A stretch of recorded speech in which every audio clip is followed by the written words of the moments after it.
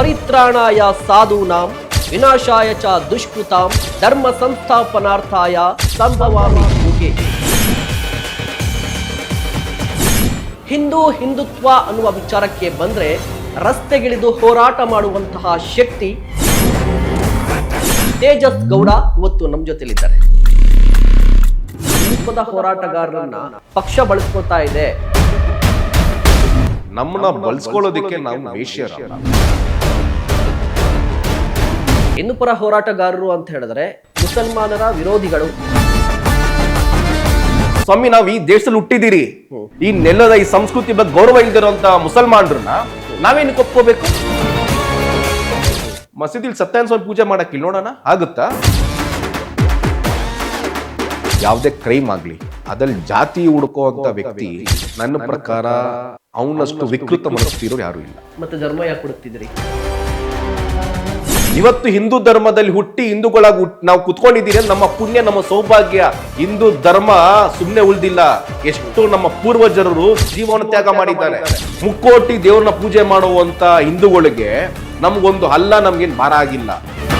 ಮತ್ತೆ ಕಾಂಗ್ರೆಸ್ ಬಂದ ನಂತರವೇ ಬಾಂಗ್ಲಾದೇಶಿಗರು ಹೆಚ್ಚಾಗಿ ಬರ್ತಾ ಇದ್ದಾರೆ ಕರ್ನಾಟಕಕ್ಕೆ.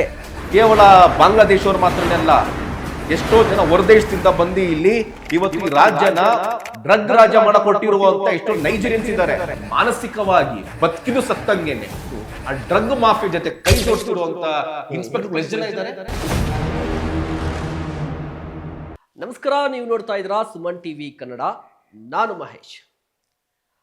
ಪರಿತ್ರಾಣಾಯ ಸಾಧೂನಾಂ ವಿನಾಶಾಯ ಚ ದುಷ್ಕೃತಾಂ ಧರ್ಮ ಸಂಸ್ಥಾಪನಾರ್ಥಾಯ ಸಂಭವಾಮಿ ಯುಗೆ ಯುಗೆ.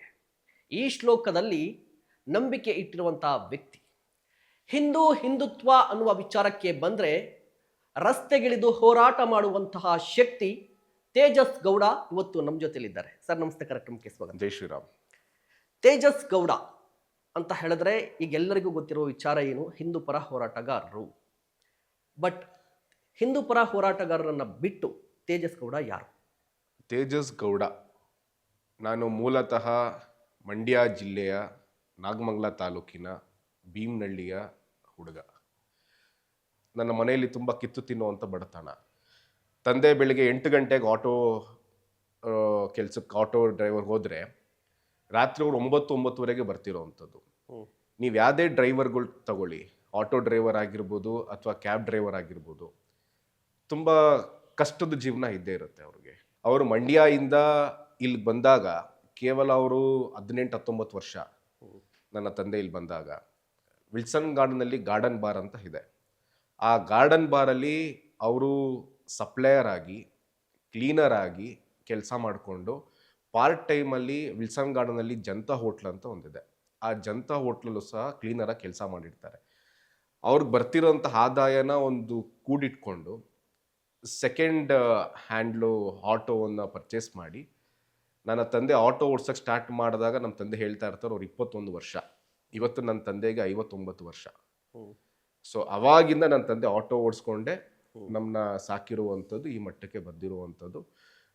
ಏನಕ್ಕೆ ಡ್ರೈವರ್ಗಳ ಬಗ್ಗೆ ಅಪಾರವಾದ ಗೌರವ, ಅಪಾರವಾದ ಪ್ರೀತಿ, ಕಾಳಜಿ ಅಂತಂತಂದರೆ ನಾನು ಒಬ್ಬ ಡ್ರೈವರ್ ಮಗ. ಸೊ ಹಾಗಾಗಿ ಡ್ರೈವರ್ಗಳ ಬಗ್ಗೆ ಅಪಾರವಾದ ಗೌರವ ನಾನು ಸಾಯೋವರೆಗೂ ಇಟ್ಕೊಂಡಿರ್ತೀನಿ. ಏನಕ್ಕಂದರೆ ಆ ಕಷ್ಟ ತುಂಬ ಹತ್ತಿರದಿಂದ ನಾವು ಎಕ್ಸ್ಪೀರಿಯನ್ಸ್ ಮಾಡಿದ್ದೀರಿ. ಡ್ರೈವರ್ ಕುಟುಂಬ ಹೇಗಿರುತ್ತೆ, ಡ್ರೈವರ್ ಅವರ ಕಷ್ಟ ಎಂಥದ್ದು, ಏನು ಎತ್ತ ಅಂತಂತಲ್ಲ. ಆ ಕಷ್ಟದಿಂದ ನಾನು ಡಿಸೈಡ್ ಮಾಡ್ತೀನಿ, ನಾನೊಂದು ಸ್ವಲ್ಪ ದುಡಿಬೇಕಾಗುತ್ತೆ. ನಾನು ನನ್ನ ಖರ್ಚು ವೆಚ್ಚ, ಎಷ್ಟೋ ಸಂದರ್ಭದಲ್ಲಿ ಗೊತ್ತಿಲ್ದಿರೋ ಮದುವೆಗೆ ಹೋಗಿ ಊಟ ಮಾಡ್ಕೊಂಡು ಬಂದಿರೋ ಅಂಥದ್ದು ನಾನು ನೆನೀಬೇಕಿವತ್ತು. ಆಮೇಲೆ ನಾನು PUC ಯಾವಾಗ ನಾನು ಮಾಡ್ಲಿಂಗ್ ಎಂಟ್ರಿ ಆದೆ, ಪ್ರಸಾದ್ ಬಿಡ್ಡಪ್ಪ ಅವರ ಅಸೋಸಿಯೇಟಲ್ಲಿ ನಾನೊಬ್ಬ ಮಾಡೆಲ್ ಆಗಿ ಕೆಲಸ ಮಾಡೋಕ್ಕೆ ಸ್ಟಾರ್ಟ್ ಮಾಡ್ತೀನಿ. ಹೈಟ್ ಸ್ವಲ್ಪ ಕಮ್ಮಿ ಇರೋದ್ರಿಂದ ರ್ಯಾಂಪ್ ಮಾಡೆಲ್ ಆಗಿ, ಏನಕ್ಕಂದ್ರೆ ತುಂಬ ಪ್ರೊಫೆಷನ್ ಆಗಿ ಬರುತ್ತೆ. ಪ್ರಸಾದ್ ಬಿಡ್ಡಪ್ಪ ಅವ್ರದ್ದು ಏನಿದೆ ಪ್ರೊಫೆಷ್ನಲ್ ಮಾಡಲಿಂಗ್ ಏಜೆನ್ಸಿ ಇರೋದ್ರಿಂದ ಪ್ರಿಂಟ್ ಮಾಡೆಲ್ ಆಗಿ ನನ್ನನ್ನು ಆಯ್ಕೆ ಮಾಡ್ತಾರೆ. ಬೇರೆ ಬೇರೆ ಬ್ರ್ಯಾಂಡ್ಗೆ, ಒಳ ಉಡುಪು ಬ್ರ್ಯಾಂಡ್ಗೆ, ಕೆಲವೊಂದು ಕಾಂಟ್ರಸೆಪ್ಟಿವ್ಸ್ ಬ್ರ್ಯಾಂಡ್ಗೆ ನಾನು ಮಾಡೆಲ್ ಆಗಿ ನನ್ನ ಕೆಲಸ ಸ್ಟಾರ್ಟ್ ಮಾಡಿರ್ತೀನಿ. ನನ್ನ ಫಸ್ಟ್ ಸಂಬಳ ಪ್ರಸಾದ್ ಬಿಡ್ಡಪ್ಪ ಅವ್ರ ಕೈಯಿಂದ ಇಸ್ಕೊಳ್ಳೋವಂಥದ್ದು 45,000 ರೂಪಾಯಿ ಚೆಕ್. ನನ್ನ ಫಸ್ಟ್ ಸಂಬಳ. ಆ 45,000 ರೂಪಾಯಿ ಚೆಕ್ಕಲ್ಲಿ ನಾನು ನನ್ನ ತಂಗಿಗೆ ಒಂದು ವಾಚು, ಅವಳಿನ ಸ್ಕೂಲಲ್ಲಿ ಇದ್ಲು.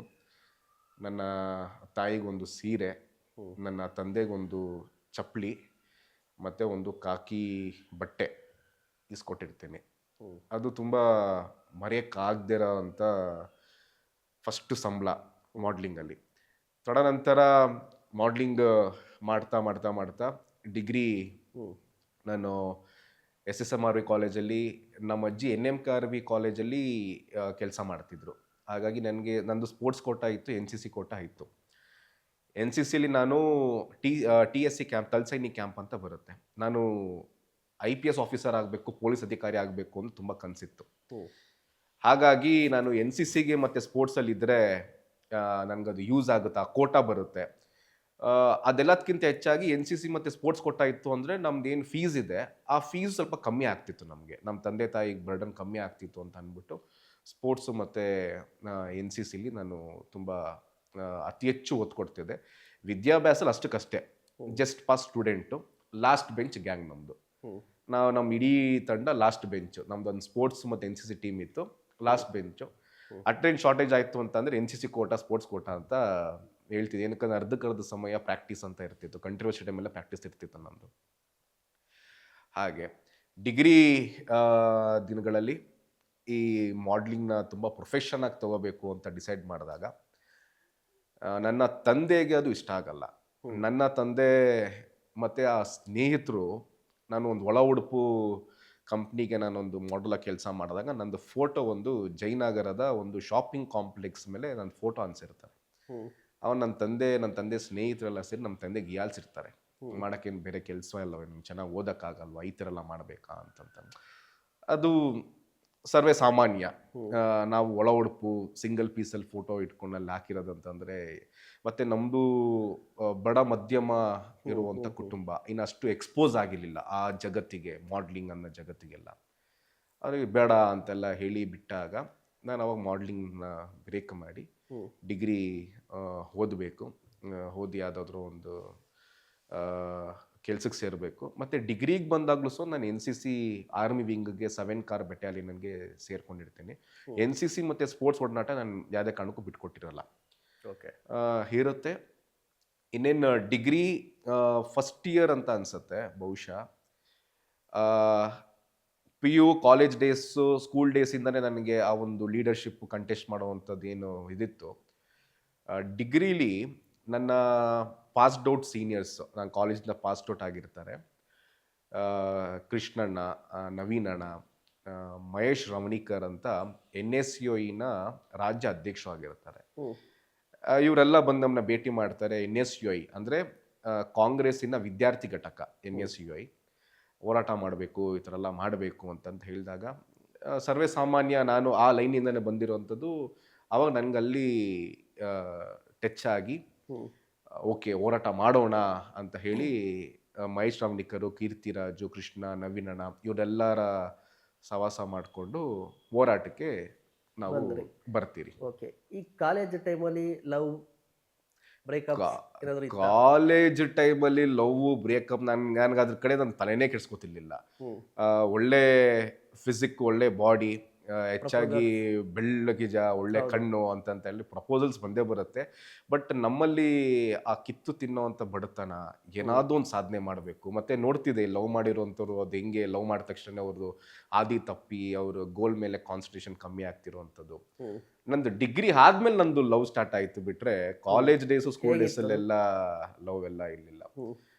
ಲವ್ ಹೇಗಿತ್ತು ಅಂತನ, ಸರ್ವೇ ಸಾಮಾನ್ಯ, ಪ್ರತಿಯೊಬ್ಬರಿಗೂ ಹೊಸದಲ್ಲಿ ತುಂಬ ಚೆನ್ನಾಗಿರುತ್ತೆ. ಹೋಗ್ತಾ ಹೋಗ್ತಾ ಹೋಗ್ತಾ ಅದರ ನಿಜವಾದ ಬಣ್ಣ ಗೊತ್ತಾಗುತ್ತೆ. ಪ್ರಾಮಾಣಿಕವಾಗಿ ಪ್ರೀತಿ ಮಾಡೋರಿಗೆ ಯಾವುದೇ ರೀತಿಯಾದ ಸಮಸ್ಯೆ ಇರಲ್ಲ. ಹುಡುಗ ಆಗಲಿ ಹುಡುಗಿ ಆಗಲಿ ಏನು ಇಲ್ಲ ಅಂದರೂ ಸಹ ಆ ಪ್ರೀತಿಗೆ ತಲೆಬಾಗಿ ಪ್ರೀತಿಗೋಸ್ಕರ ನಾವು ಏನು ಬೇಕಾದ್ರೂ ಸಾಧಿಸಬಲ್ಲೆ ಅನ್ನೋ ಒಂದು ಮೈಂಡ್ಸೆಟ್ ಇರೋರಿಗೆ ನಿಜವಾದ ಪ್ರೀತಿ ಒಂದು ಅರ್ಥ ಕೊಡುತ್ತೆ. ಹುಡುಗನ ಹತ್ರ ಏನಿಲ್ಲ, ಹುಡುಗಿ ಹತ್ರ ಏನಿಲ್ಲ, ಹುಡುಗಿ ಏನು ಓದ್ಕೊಂಡಿಲ್ಲ, ಹುಡುಗನ ಹತ್ರ ದುಡ್ಡಿಲ್ಲ ಅಂತ ಮಟ್ಟಕ್ಕೆ 5-6 ವರ್ಷ ಲವ್ ಮಾಡಿ ನನಗೆ ಈ ಹುಡುಗ ಬೇಡ, ಈ ಹುಡುಗಿ ಬೇಡ ಅಂತ ಈಗಿನ ಟ್ರೆಂಡ್ ಏನು ಸೆಟ್ ಆಗ್ತಿದೆ, ಅದನ್ನೆಲ್ಲ ನಾನು ಪ್ರಾಮಾಣಿಕ ನಿಜವಾದ ಪ್ರೀತಿ ಅಂತ ನಾನು ಹೇಳೋದಕ್ಕೆ ನಾನು ಹೋಗೋದಿಲ್ಲ. ನನ್ನ ಜೀವನದಲ್ಲೂ ಸಹ ಅದೇ ರೀತಿ ಆಗಿರುವಂಥದ್ದು. ನಂದು 7 ವರ್ಷದ ಲವ್. ಡಿಗ್ರಿ ಆದಮೇಲೆ 7 ವರ್ಷದ ಲವ್. ಅದರಲ್ಲಿ 5 ವರ್ಷ ಲಾಂಗ್ ಡಿಸ್ಟೆನ್ಸ್ ಪ್ರೀತಿ. ನಾನು ಇಲ್ಲಿದ್ದೆ. ನಾನು ಪ್ರೀತಿ ಮಾಡ್ತಿದ್ದಂಥ ಹುಡುಗಿ ವಿದ್ಯಾಭ್ಯಾಸಕ್ಕೋಸ್ಕರ ಹೊರದೇಶಕ್ಕೆ ಹೋಗಿರೋವಂಥದ್ದು. ಅಲ್ಲೇ ವಿದ್ಯಾಭ್ಯಾಸ ಮುಗಿಸ್ಕೊಂಡು ಅಲ್ಲೇ ಕೆಲ್ಸಕ್ಕೆ ಸೇರಿಸ್ಕೊಂಡಿರ್ತಾಳೆ. ಆ್ಯಂಡ್ 7 ವರ್ಷ ಕೂಡ ತುಂಬ ಅನ್ಯೋನ್ಯವಾಗಿ ಮದುವೆ ಆಗಲೇಬೇಕು, ನಿನ್ನೆ ಮದುವೆ ಆಗಬೇಕು. ಮತ್ತು ನನ್ನ ತಂಗಿ ಮದುವೆಲಿ ತುಂಬ ಓಡಾಡಿರ್ತಾರೆ ನಾನು ಪ್ರೀತಿ ಮಾಡ್ತಿದ್ದಂಥ ಹುಡುಗಿ. ಆ್ಯಂಡ್ ಆಬ್ವಿಯಸ್ಲಿ ನಾನು ಆಕೆ ಬಗ್ಗೆ ಕೆಟ್ಟದಾಗ ಮಾತಾಡೋದಕ್ಕೆ ಹೋಗೋದಿಲ್ಲ. ಏನಕ್ಕೆ ಅಂತಂದರೆ, ಪ್ರೀತಿ ಮಾಡ್ಬೇಕಾದ್ರೆ ಆ ವ್ಯಕ್ತಿ ಬಗ್ಗೆ ಎಷ್ಟು ಒಳ್ಳೆ ಅಭಿಪ್ರಾಯ ಇರುತ್ತೆ. ಪ್ರೀತಿ ಬಿಟ್ಟು ಹೋಗಿದ ತಕ್ಷಣ ಆ ವ್ಯಕ್ತಿ ಕೆಟ್ಟೋರಾಗೋಗ್ತಾರೆ ಅನ್ನೋದು ಅದು ನಮ್ಮ ಸ್ವಾರ್ಥ ಆಗೋಗುತ್ತೆ. ಸೊ ಆ ವ್ಯಕ್ತಿ ಬಗ್ಗೆ ಒಳ್ಳೆ ಅಭಿಪ್ರಾಯ ಇದೆ. ಆ ವ್ಯಕ್ತಿ ಎಲ್ಲೇ ಅದು ಚೆನ್ನಾಗಿರಬೇಕು ಅಂತಲೇ ಈಗಲೂ ನಾನು ಬಯಸುವಂಥದ್ದು.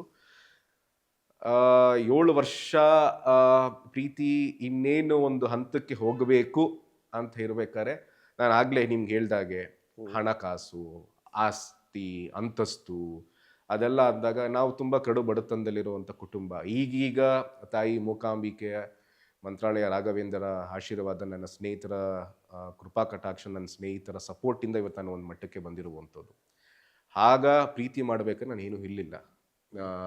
ಅದೇ ಪ್ರಾಮಾಣಿಕವಾಗಿ ಪ್ರೀತಿ ಮಾಡಿದೆ, ಅದಂತೂ ಹೆಮ್ಮೆಯಿಂದ ಹೇಳ್ಕೊತೀನಿ. ಪ್ರಾಮಾಣಿಕವಾಗಿ ಪ್ರೀತಿ ಮಾಡಿದೆ. ಎಷ್ಟೇ ಪ್ರಪೋಸಲ್ಸು ಆಕೆಗಿಂತ ತುಂಬ ಸುಂದರವಾಗಿರೋ ಹುಡುಗಿ ಪ್ರಪೋಸಲ್ಸ್ ಬಂದರೂ ಕೂಡ ಅದು ನಿರಾಕರಿಸ್ಕೊಂಡು ನಾನು ಕಮಿಟೆಡ್ ಅಂತ ಹೇಳಿ ಈಗಲೂ ಅಚ್ಚೆ ಹಾಗೇ ಇದೆ. ಈಗಲೂ ಅಚ್ಚೆ ಹಾಗೇ ಇದೆ. ಪ್ರಾಮಾಣಿಕವಾಗಿ ಇದ್ದುವಂಥದ್ದು. ಮದುವೆ ವಿಚಾರ ಬಂದಾಗ ನನ್ನ ತಂದೆ ಸರ್ಕಾರಿ ನೌಕರರು, ನಿಮ್ಮ ತಂದೆ ಆಟೋ ಡ್ರೈವರು. ನನ್ನ ತಾಯಿ ವಿದ್ಯಾವಂತರು, ನಿನ್ನ ತಾಯಿ ಮನೆ ಕೆಲಸದವರು.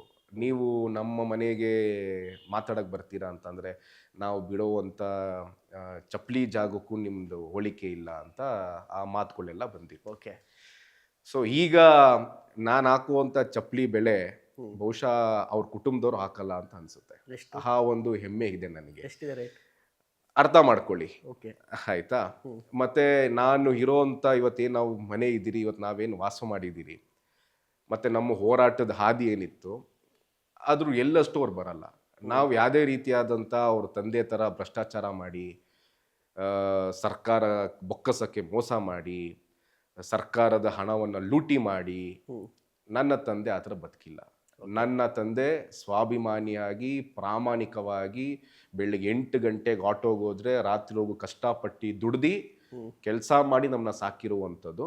ನಾವು ಅವ್ರ ತಂದೆ ಥರ ನಾವು ಯಾವುದೋ ಒಂದು ಇಲಾಖೆಯಲ್ಲಿ ಸೇರಿಕೊಂಡು ಭ್ರಷ್ಟಾಚಾರಗಳು ಮಾಡಿಕೊಂಡು ದುಡ್ಡು ಮಾಡಿ ಲೂಟಿ ಮಾಡಿ ಲೋಕಾಯುಕ್ತ ಅವ್ರ ಮನೆ ರೈಡ್ ಮಾಡಿ ಆ ಥರ ವ್ಯಕ್ತಿ ನಮ್ಮ ತಂದೆ ಅಲ್ಲ.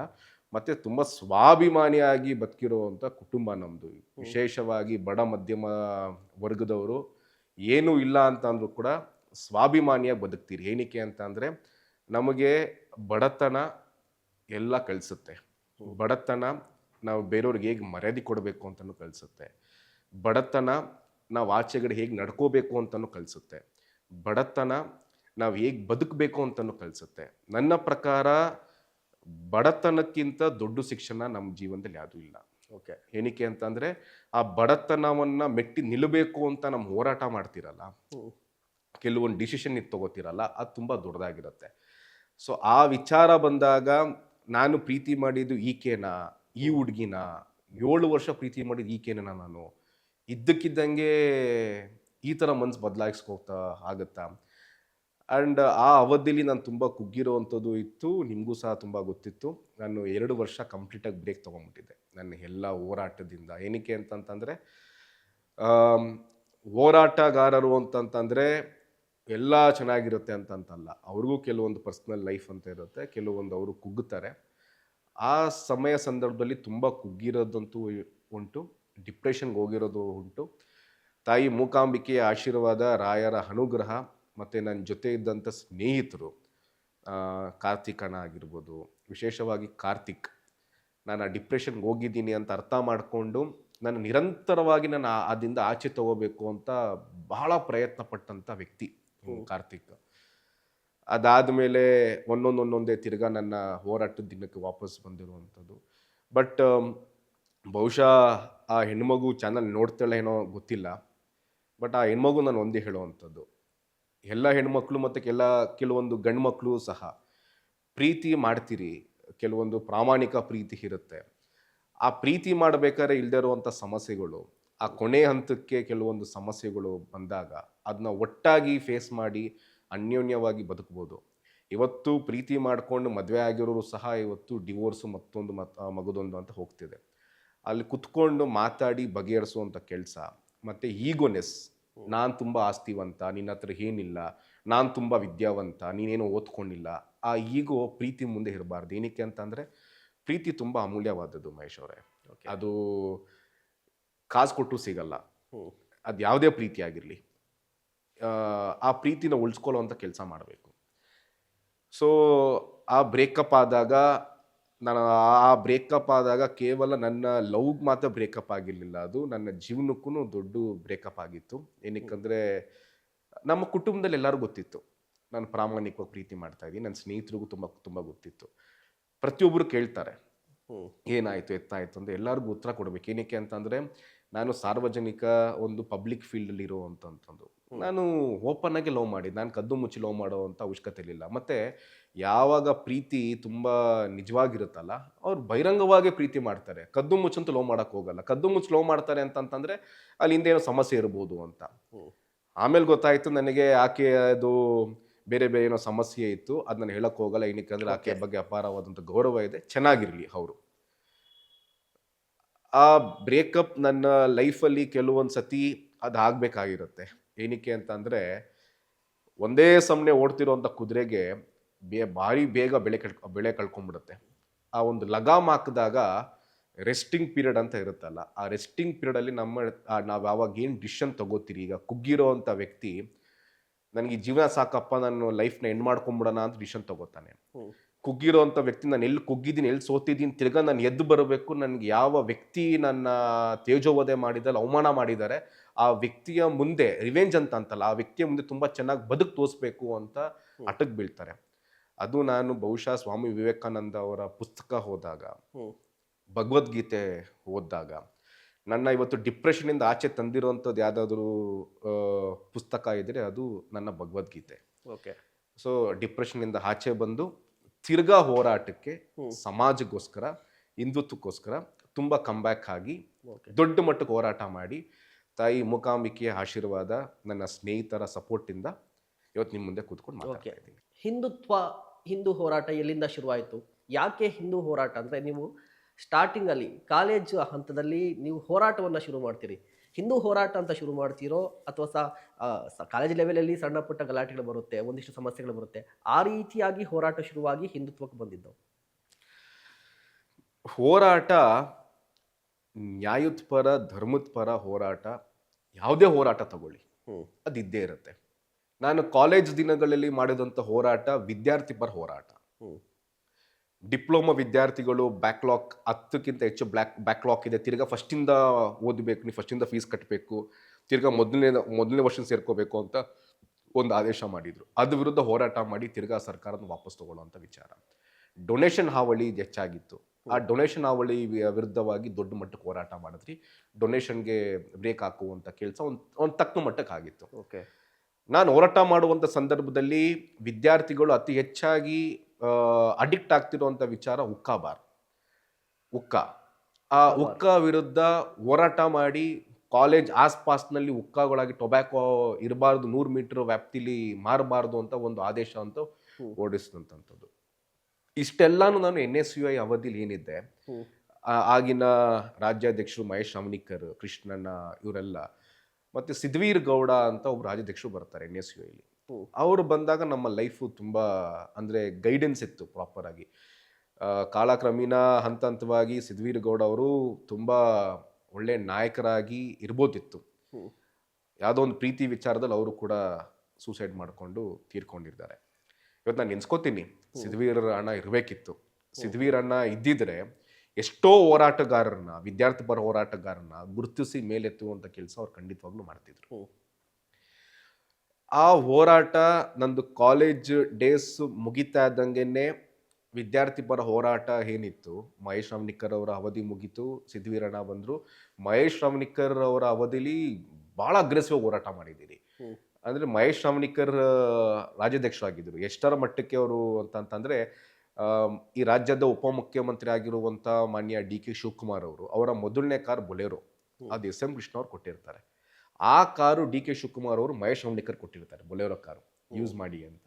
ಸೊ ಆ ಕಾರಲ್ಲಿ ಹೋರಾಟ ಮಾಡಿರುವಂಥದ್ದು ಅಂತ, ವಿದ್ಯಾರ್ಥಿ ಇದಲ್ಲಿ ನಡು ರಸ್ತೆಯಲ್ಲಿ ಕುತ್ಕೊಂಡು ಹೋರಾಟ ಮಾಡಿರುವಂಥದ್ದು, ಆಗಿನ ವಿದ್ಯಾರ್ಥಿ ಶಿಕ್ಷಣ ಸಚಿವ ಆಗಿರುವಂಥ ಅವ್ರ ಮನೆ ಮುತ್ತಿಗೆ ಹಾಕಿರುವಂಥದ್ದು, ಮತ್ತು ಸಾರಿಗೆ ಇಲಾಖೆ ಸಚಿವರಾಗಿರುವಂಥ ಅವ್ರ ಮನೆ ಮುತ್ತಿಗೆ ಹಾಕಿರುವಂಥ ಪಾಸ್ ರೇಟ್ನ ಕಮ್ಮಿ ಮಾಡಿ ಅಂತ ನಾನಾ ಥರ ಹೋರಾಟ ಮಹೇಶ್ ರಾಮನಿಕರ್ ಅವರ ಅವಧಿಯಲ್ಲಿ ಕೂಡ ಮಾಡಿದ್ದೀನಿ.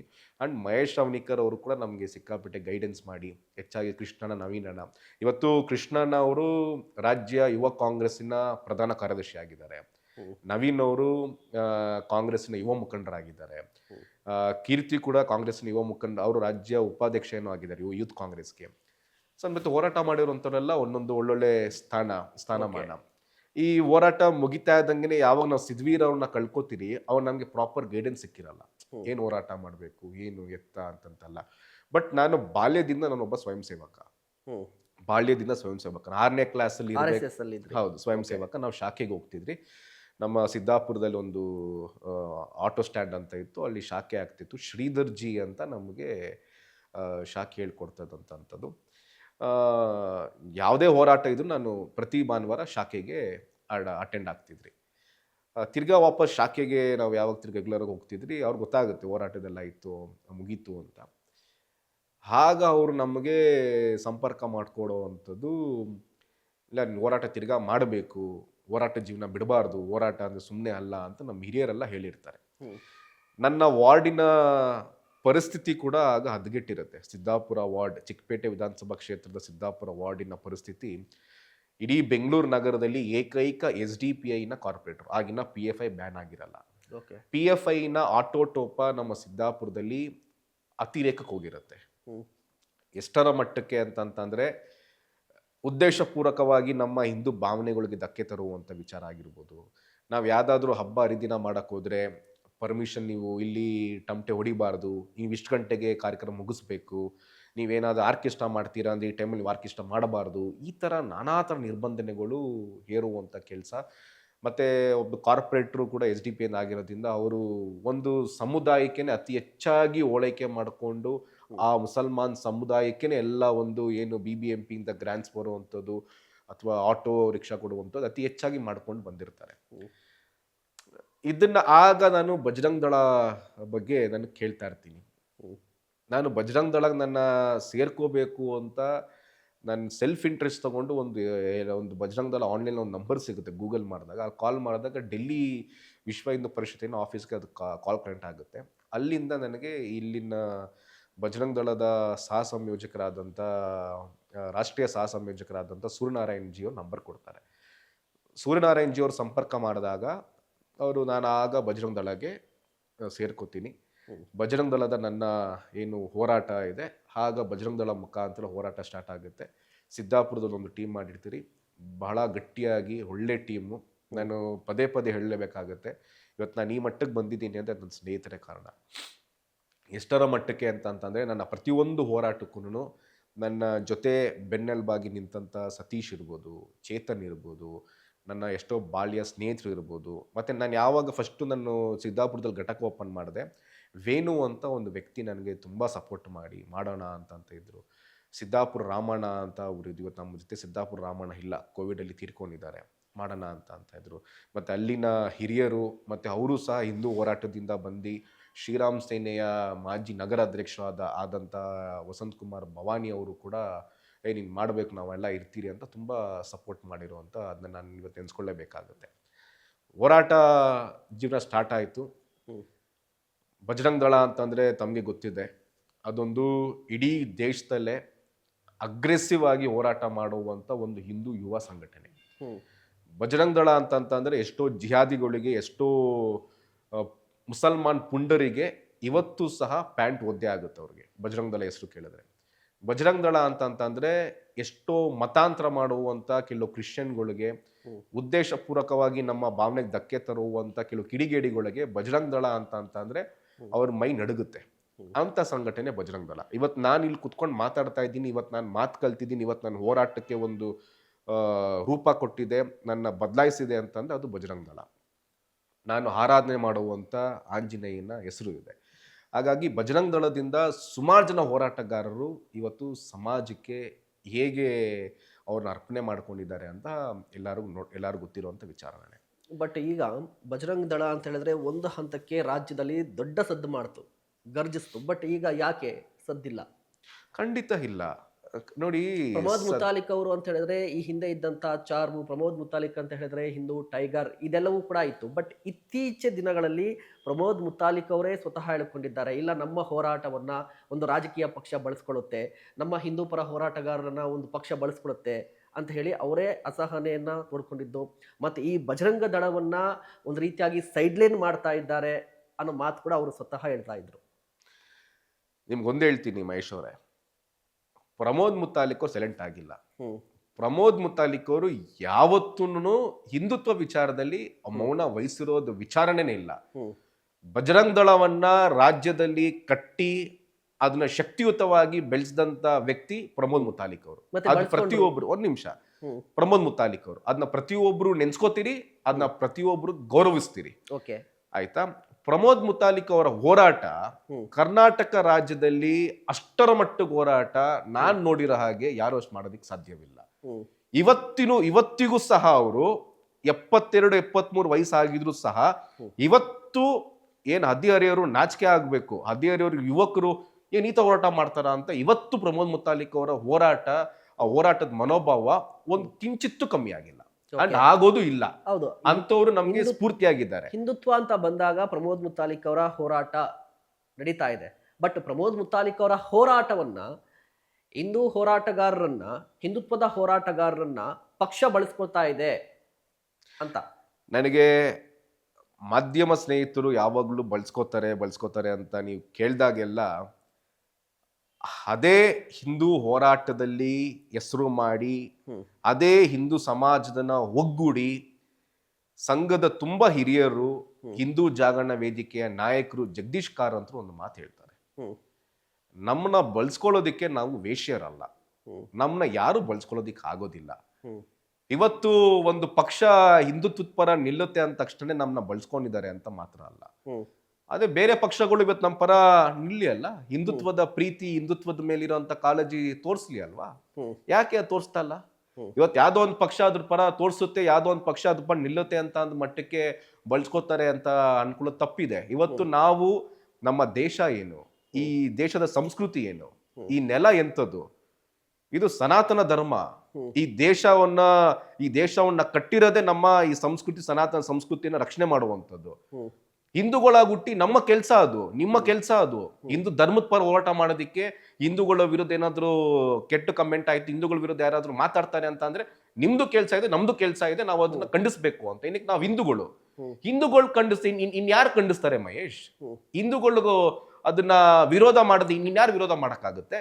ಇವತ್ತು ಹಿಂದೂಗಳು ಏನಾದ್ರು ಅವಮಾನ ಆಯ್ತು ಅಂತಂದ್ರೆ ಹಿಂದೂಗಳು ವಿರೋಧ ಮಾಡ್ಲೇಬೇಕಲ್ವಾ? ಓಕೆ, ಹಿಂದೂ ಅನ್ನೋದು ಧರ್ಮ ಅಲ್ಲ, ಅದು ಜೀವನ ಶೈಲಿ ಅಂತ ಸುಪ್ರೀಂ ಕೋರ್ಟ್ ಹೇಳಿದೆ. ಮತ್ತೆ ಯಾವ ಧರ್ಮದ ಪರವಾಗಿ ಹೋರಾಟ? ಜೀವನ ಶೈಲಿ ಅಂತ ಸುಪ್ರೀಂ ಕೋರ್ಟ್ ಹೇಳಿದಂತಹ ಸಂದರ್ಭದಲ್ಲಿ ಹಿಂದೂ ಧರ್ಮ ಅದು ಧರ್ಮ ಅಲ್ಲ, ಅದು ಮತಗಳು ಬೇರೆ, ಧರ್ಮ ಬೇರೆ. ಬಟ್ ಹಿಂದೂ ಅಂತ ಬಂದಾಗ ಸುಪ್ರೀಂ ಕೋರ್ಟ್ ಹೇಳಿದ್ದೇನು? ಜೀವನ ಶೈಲಿ ಅಂತ ಹೇಳುತ್ತೆ ಅಲ್ವಾ? ನಿಮ್ಮಲ್ಲೇ ಉತ್ತರ ಇದೆ, ಜೀವನ ಶೈಲಿ ಅಲ್ವಾ ಅದು? ಆ ಜೀವನ ಶೈಲಿಗೆ ಧಕ್ಕೆ ಆದಾಗ, ಆ ಜೀವನದ ಶೈಲಿಗೆ ಬೇರೆಯವ್ರ ಪ್ರಶ್ನೆ ಮಾಡಿದಾಗ, ಆ ಜೀವನದ ಶೈಲಿಗೆ ಉದ್ದೇಶ ಪೂರ್ವಕವಾಗಿ ಕೆಲವೊಬ್ರು ಬೇಕು ಅಂತ ಅವಮಾನ ಮಾಡಿದಾಗ, ನಮ್ಮ ಜೀವನ ಅದ ಶೈಲಿಯ ಬಗ್ಗೆ ಮಾತಾಡಿದಾಗ ನಾವು ಅದನ್ನು ಖಂಡಿಸ್ಬಾರ್ದು? ಖಂಡಿಸ್ಲೇಬೇಕಲ್ವಾ? ಅದೇ ಕೆಲಸ ನಾವು ಮಾಡ್ತಾ ಇದ್ದೀರಿ, ಕೊನೆ ಉಸಿರುವರೆಗೂ ನಾವು ಅದನ್ನ ಮಾಡ್ತೀರಿ, ಅದಲ್ಲಿ ಬೇರೆ ಮಾತೇ ಇಲ್ಲ. ಏನಿದೆ ಮಾಡೇ ಮಾಡ್ತೀರಿ. ಪ್ರತಿ ಸತಿ ನನ್ನ ಆತ್ಮೀಯ ಪತ್ರಕರ್ತರು ಹೇಳ್ತಾ ಇರ್ತೀರಾ, ಏನಕ್ಕೆ ಮುಸಲ್ಮಾನರು ದ್ವೇಷ? ಹೌದು, ನಾವು ದ್ವೇಷ ಮಾಡ್ತೀರಿ. ಏನ್ ಸಮಸ್ಯೆ ಇದೆ? ಏನ್ ದ್ವೇಷ ಮಾಡಬಾರ್ದು? ನಾವ್ ಯಾವ ಮುಸಲ್ಮಾನರು ದ್ವೇಷ ಮಾಡ್ತೀರಿ ಅಂತ ಯಾರು ಪ್ರಶ್ನೆ ಕೇಳಲ್ಲ. ಅಲ್ಲ, ನಾನು ಪ್ರಶ್ನೆಗೆ ಹೇಳ್ತಿದ್ದೆ, ಹಿಂದೂಪರ ಹೋರಾಟಗಾರರು ಅಂತ ಹೇಳಿದ್ರೆ ಮುಸಲ್ಮಾನರ ವಿರೋಧಿಗಳು ಅನ್ನೋದು ಟ್ಯಾಗ್ ಲೈನ್. ಹೌದು, ಯಾಕೆ? ಹೌದು, ಮುಸಲ್ಮಾನ್ ವಿರೋಧಿಗಳೇನೆ. ಇವತ್ತು ನಾನು ಘಂಟಾಘೋಷವಾಗಿ ಹೇಳ್ತೀನಿ, ಹೌದು, ನಾವು ಮುಸಲ್ಮಾನರ ವಿರೋಧಿಗಳೇನೆ. ಏನ್ ಸಮಸ್ಯೆ? ಏನಕ್ಕೆ ವಿರೋಧ ಮಾಡಬಾರ್ದು? ಯಾವ ಮುಸಲ್ಮಾನರ ವಿರೋಧಿ ನಾವು? ಈ ದೇಶದ ಕಾನೂನಿಗೆ ಯಾರು ಗೌರವ ಕೊಡಲ್ಲ, ಈ ದೇಶದ ಸಂವಿಧಾನಕ್ಕೆ ಯಾರು ಧಕ್ಕೆ ತರ್ತಾರೆ. ಈ ದೇಶದಲ್ಲಿ ಹುಟ್ಟಿ ಇದೇ ದೇಶದ ಅನ್ನ ತಿಂದು ಈ ದೇಶದ ನೀರ್ ಕುಡ್ದಿ ಶತ್ರು ದೇಶದ ಪರ ಪ್ರೀತಿ ತೋರಿಸಿ ವ್ಯಾಮೋಹ ತೋರಿಸುವಂತ ಮುಸಲ್ಮಾನರಿಗೆ ನಾವೇನ್ ಪ್ರೀತಿ ಮಾಡ್ಬೇಕಾ? ನಾವ್ ನಮ್ಮವ್ರು ಅಂತ ಒಪ್ಕೋಬೇಕಾ? ಚಾನ್ಸೇ ಇಲ್ಲ. ಏನಕ್ಕೆ ಒಪ್ಕೋಬೇಕು ನಾವ್ ಅಂತವ್ರನ್ನ? ಸ್ವಾಮಿ, ನಾವ್ ಈ ದೇಶದಲ್ಲಿ ಹುಟ್ಟಿದಿರಿ, ಈ ನೆಲದ ಈ ಸಂಸ್ಕೃತಿ ಬಗ್ಗೆ ಗೌರವ ಇಲ್ದಿರೋಂತ ಮುಸಲ್ಮಾನರನ್ನ ನಾವೇನಕ್ಕೆ ಒಪ್ಕೋಬೇಕು? ನಾವು ಅವ್ರಿಗೆ ಪ್ರೀತಿ ಮಾಡಿ ಅವ್ರಿಗೆ ಸೌಹಾರ್ದತೆ ಆಗಿ ಸೆಕ್ಯುಲರ್ ಆಗಿ, ಸೆಕ್ಯುಲರ್ ಕೇವಲ ಹಿಂದೂ ಧರ್ಮದ ಮೇಲೆ ಹೇರಕ್ ಹೋಗ್ಬೇಡಿ. ಆ ಸೆಕ್ಯುಲರ್ ತನ ಮುಸಲ್ಮಾನರು ಎಲ್ಲಿದೆ ಕೇಳಿ ಮಾಡ್ತಾರ ಅಂತ. ಇವತ್ತು ನಮ್ಮ ದೇವಸ್ಥಾನದಲ್ಲಿ ನಾವು ಒಟ್ಟಿಗೆ ನಾವು ಕುತ್ಕೊಂಡು ನಾವು ಇವತ್ತೆಷ್ಟೋ ಮಠ ಮಂದಿರಗಳು ಮುಸಲ್ಮಾನರನ್ನ ಕರ್ದಿ ರಂಜಾನ್ ಟೈಮಲ್ಲಿ ಸೌಹಾರ್ದತವಾಗಿ ಅವ್ರಿಗೆ ಉಪಚಾರ ಮಾಡುವಂಥದ್ದು, ಊಟ ಅದೆಲ್ಲ ಮಾಡಿ ಕೊಡ್ತಿರಲ್ಲ. ಏನಕ್ಕೆ ಮಸೀದಿಲಿ ಗಣೇಶ ಹಬ್ಬ ಮಾಡೋದಕ್ಕೆ ವಿರೋಧ? ಸೆಕ್ಯುಲರ್ ತಾನೆ. ಮಸೀದಿಲಿ ಸತ್ಯನಾರಾಯಣ ಸ್ವಾಮಿ ಪೂಜೆ ಮಾಡಕ್ಕಿಲ್ಲ, ನೋಡೋಣ ಆಗುತ್ತಾ? ಈ ಸೆಕ್ಯುಲರ್ ಮನೋಭಾವನ ಕೇವಲ ಹಿಂದೂ ಧರ್ಮಕ್ಕೆ ಏರುವಂಥದ್ದು ಎಷ್ಟು ಮಟ್ಟಿಗೆ ಸರಿ ಇದೆ? ಇದನ್ನ ವಿರೋಧ ಮಾಡ್ಲೇಬೇಕಲ್ವಾ? ಹಾಗಂತ ನಾವೆಲ್ಲಾ ಮುಸಲ್ಮಾನ ವಿರೋಧ ಮಾಡ್ತೀರಾ? ಖಂಡಿತ ಇಲ್ಲ. ಅಬ್ದುಲ್ ಕಲಾಂಗೆ ನಾವು ಕೊಡ್ಬೇಕಾಗಿರೋಂಥ ಗೌರವ ನಾವು ಇವಾಗ್ಲೂ ಕೊಡ್ತೀರಿ. ಇವತ್ತು ನೆನ್ಸ್ಕೋತೀರಿ ಅಬ್ದುಲ್ ಕಲಾಂ ಅವ್ರನ್ನ. ಇಶ್ನಾಲ್ ಶರೀಫ್ ಅವ್ರು ಎಂತವ್ರು, ಎಂತ ಮಹಾನ್ ವ್ಯಕ್ತಿ ಅವರು. ಈ ದೇಶಕ್ಕೋಸ್ಕರ ಸ್ವಾತಂತ್ರ್ಯ ಸಂಗ್ರಾಮದಲ್ಲಿ ಎಷ್ಟೋ ಮುಸಲ್ಮಾನರು ಪ್ರಾಣಾರ್ಪಣೆ ಮಾಡಿದ್ದಾರೆ. ಇವತ್ತವ್ರನ್ನ ನಾವು ನೆನ್ಸ್ಕೋತೀರಿ. ಆದ್ರೆ ಈ ದೇಶದಲ್ಲೇ ಹುಟ್ಟಿ ಭಾರತ್ ತುಕಡೆ ಹೋಂಗೆ ಅಂತ ಘೋಷಣೆ ಕೂಗಿ ಯಾರೋ ಒಬ್ಬ ಉಗ್ರಗಾಮಿ ಸತ್ತಿರೋ ಅವನ ಪರ ಘೋಷಣೆ ಕೂಗುವಂತ ಮುಸಲ್ಮಾನರನ್ನ ನಾವೇನ್ ಸನ್ಮಾನ ಮಾಡ್ಬೇಕಾ? ಉಗ್ರಗಾಮಿಗಳ ಪರ ನಿಲ್ಲುವಂತ ಮುಸಲ್ಮಾನರು, ಉಗ್ರಗಾಮಿಗಳನ್ನ ಸಪೋರ್ಟ್ ಮಾಡುವಂತ ಮುಸಲ್ಮಾನರು, ಅವ್ರು ಉಗ್ರಗಾಮಿಗಳೇನೆ. ಬಟ್ ಈಗ ಹಿಂದೂ ಧರ್ಮದಲ್ಲಿ ವ್ಯಕ್ತಿ ತಪ್ಪು ಮಾಡಿದ್ರೆ ವ್ಯಕ್ತಿಯ ತಪ್ಪು, ಮುಸ್ಲಿಂ ಧರ್ಮದಲ್ಲಿ ವ್ಯಕ್ತಿ ತಪ್ಪು ಮಾಡಿದ್ರೆ ಇಡೀ ಸಮುದಾಯದ ತಪ್ಪಾಗುತ್ತಾ?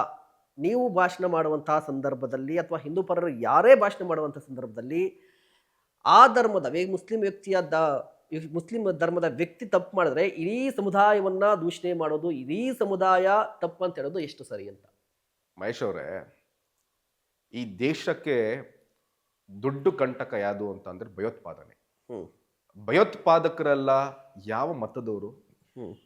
ಏನಕ್ಕೆ ಭಯೋತ್ಪಾದಕರೆಲ್ಲ ಅದೇ ಮತದವರಾಗಿರ್ತಾರೆ? ಏನಕ್ಕೆ ಬೇರೆ ಮತದವರಾಗಿರಲ್ಲ? ಏನಕ್ಕೆ ನಾವ್ ಹೇಳ್ಬಾರ್ದು? ಅದೇ ಮತದವರಾಗಿರಿದ್ರೆ ನಾವು ತುಂಬಾ ಹೇಳ್ತೀರಿ, ಖಂಡಿಸ್ತೀರಿ.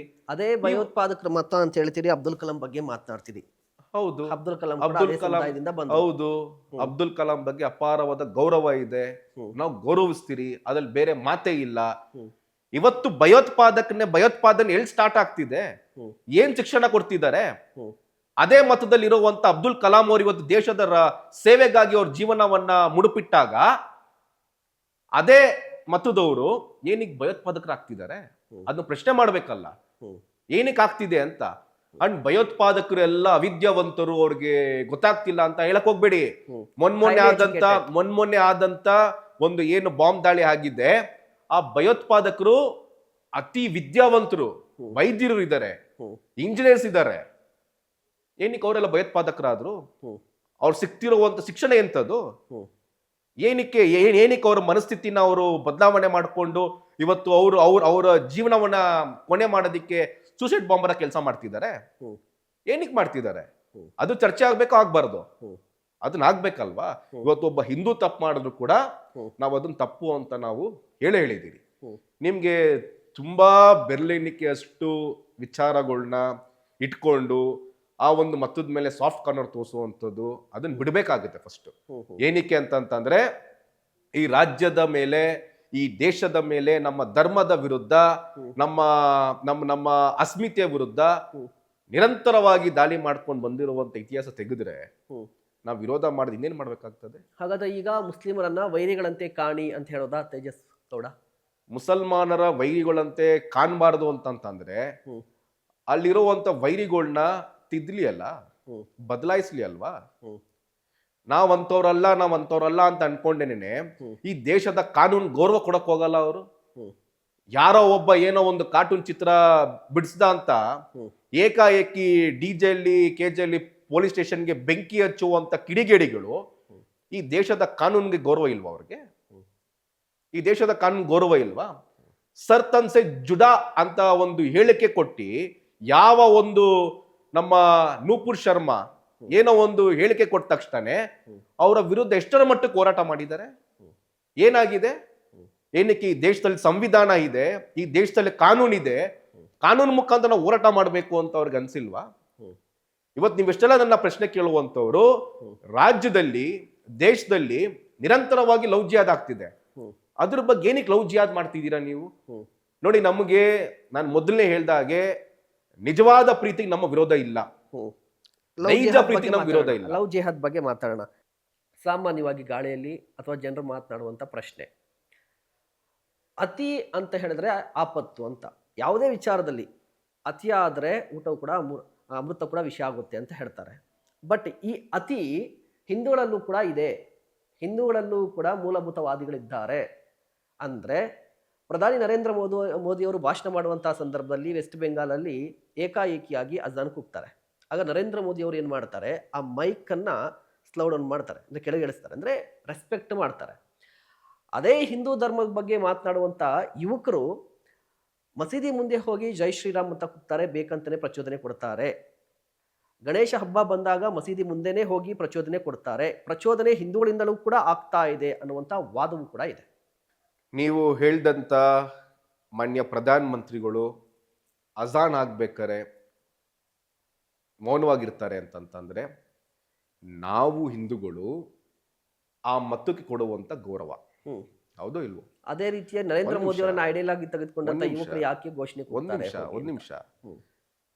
ಆ ಮತಕ್ಕೆ ನಾವು ನಮ್ಮ ಧರ್ಮದವ್ರು ಗೌರವ ಕೊಡ್ಬೇಕಾದ್ರೆ ಆ ಕಡೆಯಿಂದ ಗೌರವನೇ ನಾವು ಮುನ್ನೋಡ್ತೀರಿ. ನಾವು ಗೌರವ ಕೊಡ್ತೀರಿ ಅನ್ನೋ ಮಟ್ಟಕ್ಕೆ, ನಾವೆಲ್ಲವನ್ನು ಸಹಿಸ್ಕೋತೀರಿ ಅಂತ ಮಟ್ಟಕ್ಕೆ ನಮ್ಮ ಮೇಲೆ ದಬ್ಬಾಳಿಕೆ ಮಾಡಕ್ ಬಂದ್ರೆ ನಾವು ಬಿಡೋದಿಕ್ ಹೋಗಲ್ಲ. ಮಸೀದಿ ಮುಂದೆ ನಾವು ಜೈ ಶ್ರೀರಾಮ್ ಭಾರತ್ ಮಾತಾ ಕಿ ಜೈ ಅಂತ ಏನಕ್ಕೆ ಹೋಗ್ಬಾರ್ದು? ಏನ ಮಸೀದಿ ಪಾಕಿಸ್ತಾನದಲ್ಲಿ ಇದೆಯಾ ಅಥವಾ ಮಸೀದಿನ ಬಾಂಗ್ಲಾದೇಶಲ್ಲಿ ಇದೆಯಾ? ಸ್ವಾಮಿ, ಈ ದೇಶ ಈ ದೇಶ ನಡೆದು ಬಂದಂತ, ಈ ದೇಶ ಕಟ್ಟಿರುವಂತ ರೀತಿ ಎಂತದ್ದು. ಅವರ ಆನ್ಸಿಸ್ಟರ್ಸ್ ಕೂಡ ನಮ್ಮ ಹಿಂದೂಗಳೇನೆ. ಏನಕ್ಕೆ ಮತಾಂತರ ಮಾಡಿದ್ರು? ಏನಕ್ಕೆ ಕನ್ವರ್ಷನ್ ಆದ್ರು? ಇವತ್ತು ಹಿಂದೂ ಧರ್ಮದಲ್ಲಿ ಹುಟ್ಟಿ ಹಿಂದೂಗಳಾಗಿ ನಾವು ಕುತ್ಕೊಂಡಿದ್ದೀರಿ ಅಂತ ನಮ್ಮ ಪುಣ್ಯ, ನಮ್ಮ ಸೌಭಾಗ್ಯ, ಮತ್ತೆ ನಮ್ಮ ಪೂರ್ವಜರು ನೆನ್ಸ್ಕೋಬೇಕು ನಾವು. ಹಿಂದೂ ಧರ್ಮ ಸುಮ್ನೆ ಉಳ್ದಿಲ್ಲ. ಎಷ್ಟು ನಮ್ಮ ಪೂರ್ವಜರು ಜೀವವನ್ನು ತ್ಯಾಗ ಮಾಡಿದ್ದಾರೆ, ಇವತ್ತು ತ್ಯಾಗ ಆಗ್ತಿದೆ ಜೀವ. ಎಷ್ಟು ಜನ ಹಿಂದೂ ಕಾರ್ಯಕರ್ತರು ಬಲಿಯಾಗಿಲ್ಲ? ಏನಕ್ಕೆ ಬಲಿಯಾದ್ರು? ನಿರಂತರವಾಗಿ ಬಲಿ ಆಗ್ತಿದಾರಲ್ಲ. ನಾವ್ ಹಿಂದೂ ಹುಟ್ಟಿದ್ದೀರಿ ಅಂದ್ರೆ ನಮ್ಗದ್ ಗರ್ವ ಇದೆ, ಹೆಮ್ಮೆ ಇದೆ. ಏನಕ್ಕೆ ಅಂತ ಅಂದ್ರೆ ನಮ್ಗೆ ಸುಮ್ನೆ ನಾವು ಹಿಂದೂ ಆಗಿಲ್ಲ, ಅದಕ್ಕೆ ಆದಂತ ತ್ಯಾಗ ಇದೆ. ತ್ಯಾಗ ಮಾಡಿದ್ದಾರೆ ನಮ್ಮ ಪೂರ್ವಜರು. ಮಸೀದಿ ಮುಂದೆ ಜೈ ಶ್ರೀರಾಮ್ ಕೂಗ್ಬಾರ್ದು, ಮಸೀದಿ ಮುಂದೆ ಮೆರವಣಿಗೆ ಹೋಗ್ಬಾರ್ದು, ಮಸೀದಿ ಮುಂದೆ ಟಮಟೆ ಹೊಡಿಬಾರ್ದು. ಏನಕ್ಕೆ ಹೊಡಿಬಾರ್ದು? ಏನೋ ಕಾನೂನಿಜ? ಕಾನೂನಿಜ ನಮಗೆ ಮಸೀದಿ ಮುಂದೆ ಟಮಟೆ ಹೊಡಿಬಾರ್ದು, ಮಸೀದಿ ಮುಂದೆ ಜೈ ಶ್ರೀರಾಮ್ ಕೂಗ್ಬಾರ್ದು, ಮಸೀದಿ ಮುಂದೆ ಭಾರತ್ ಮಾತಾ ಕಿ ಜೈ ಅಂತ ಹೇಳ್ಬಾರ್ದು ಅಂತ ನೀವು ಆಲ್ರೆಡಿ ಆಗ್ಲೇ ನೀವು ಕೋರ್ಟಿನ ಆದೇಶ ಉಲ್ಲೇಖ ಮಾಡಿ ಹೇಳಿದ್ರಿ. ಸ್ವತಃ ಕೋರ್ಟೆ ಹೇಳಿದೆ ಮಸೀದಿ ಮುಂದೆ ಭಾರತ್ ಮಾತಾ ಕಿ ಜೈ ಅಂದ್ರೆ ಏನ್ ತಪ್ಪು ಅಂತ. ಭಾರತ್ ಮಾತಾ ಕಿ ಜೈ ನಾವು ಹೇಳ್ತೀರಿ, ಜೈ ಶ್ರೀರಾಮ್ ಕೊನೆ ಉಸಿರೋಗು ಹೇಳ್ತೀರಿ. ಏನ್ ತಪ್ಪಿದೆ? ಏನಕ್ಕೆ ಸಹಿಸ್ಕೊಳಕ್ಕಾಗಲ್ಲ ನೀವು ಅದನ್ನ?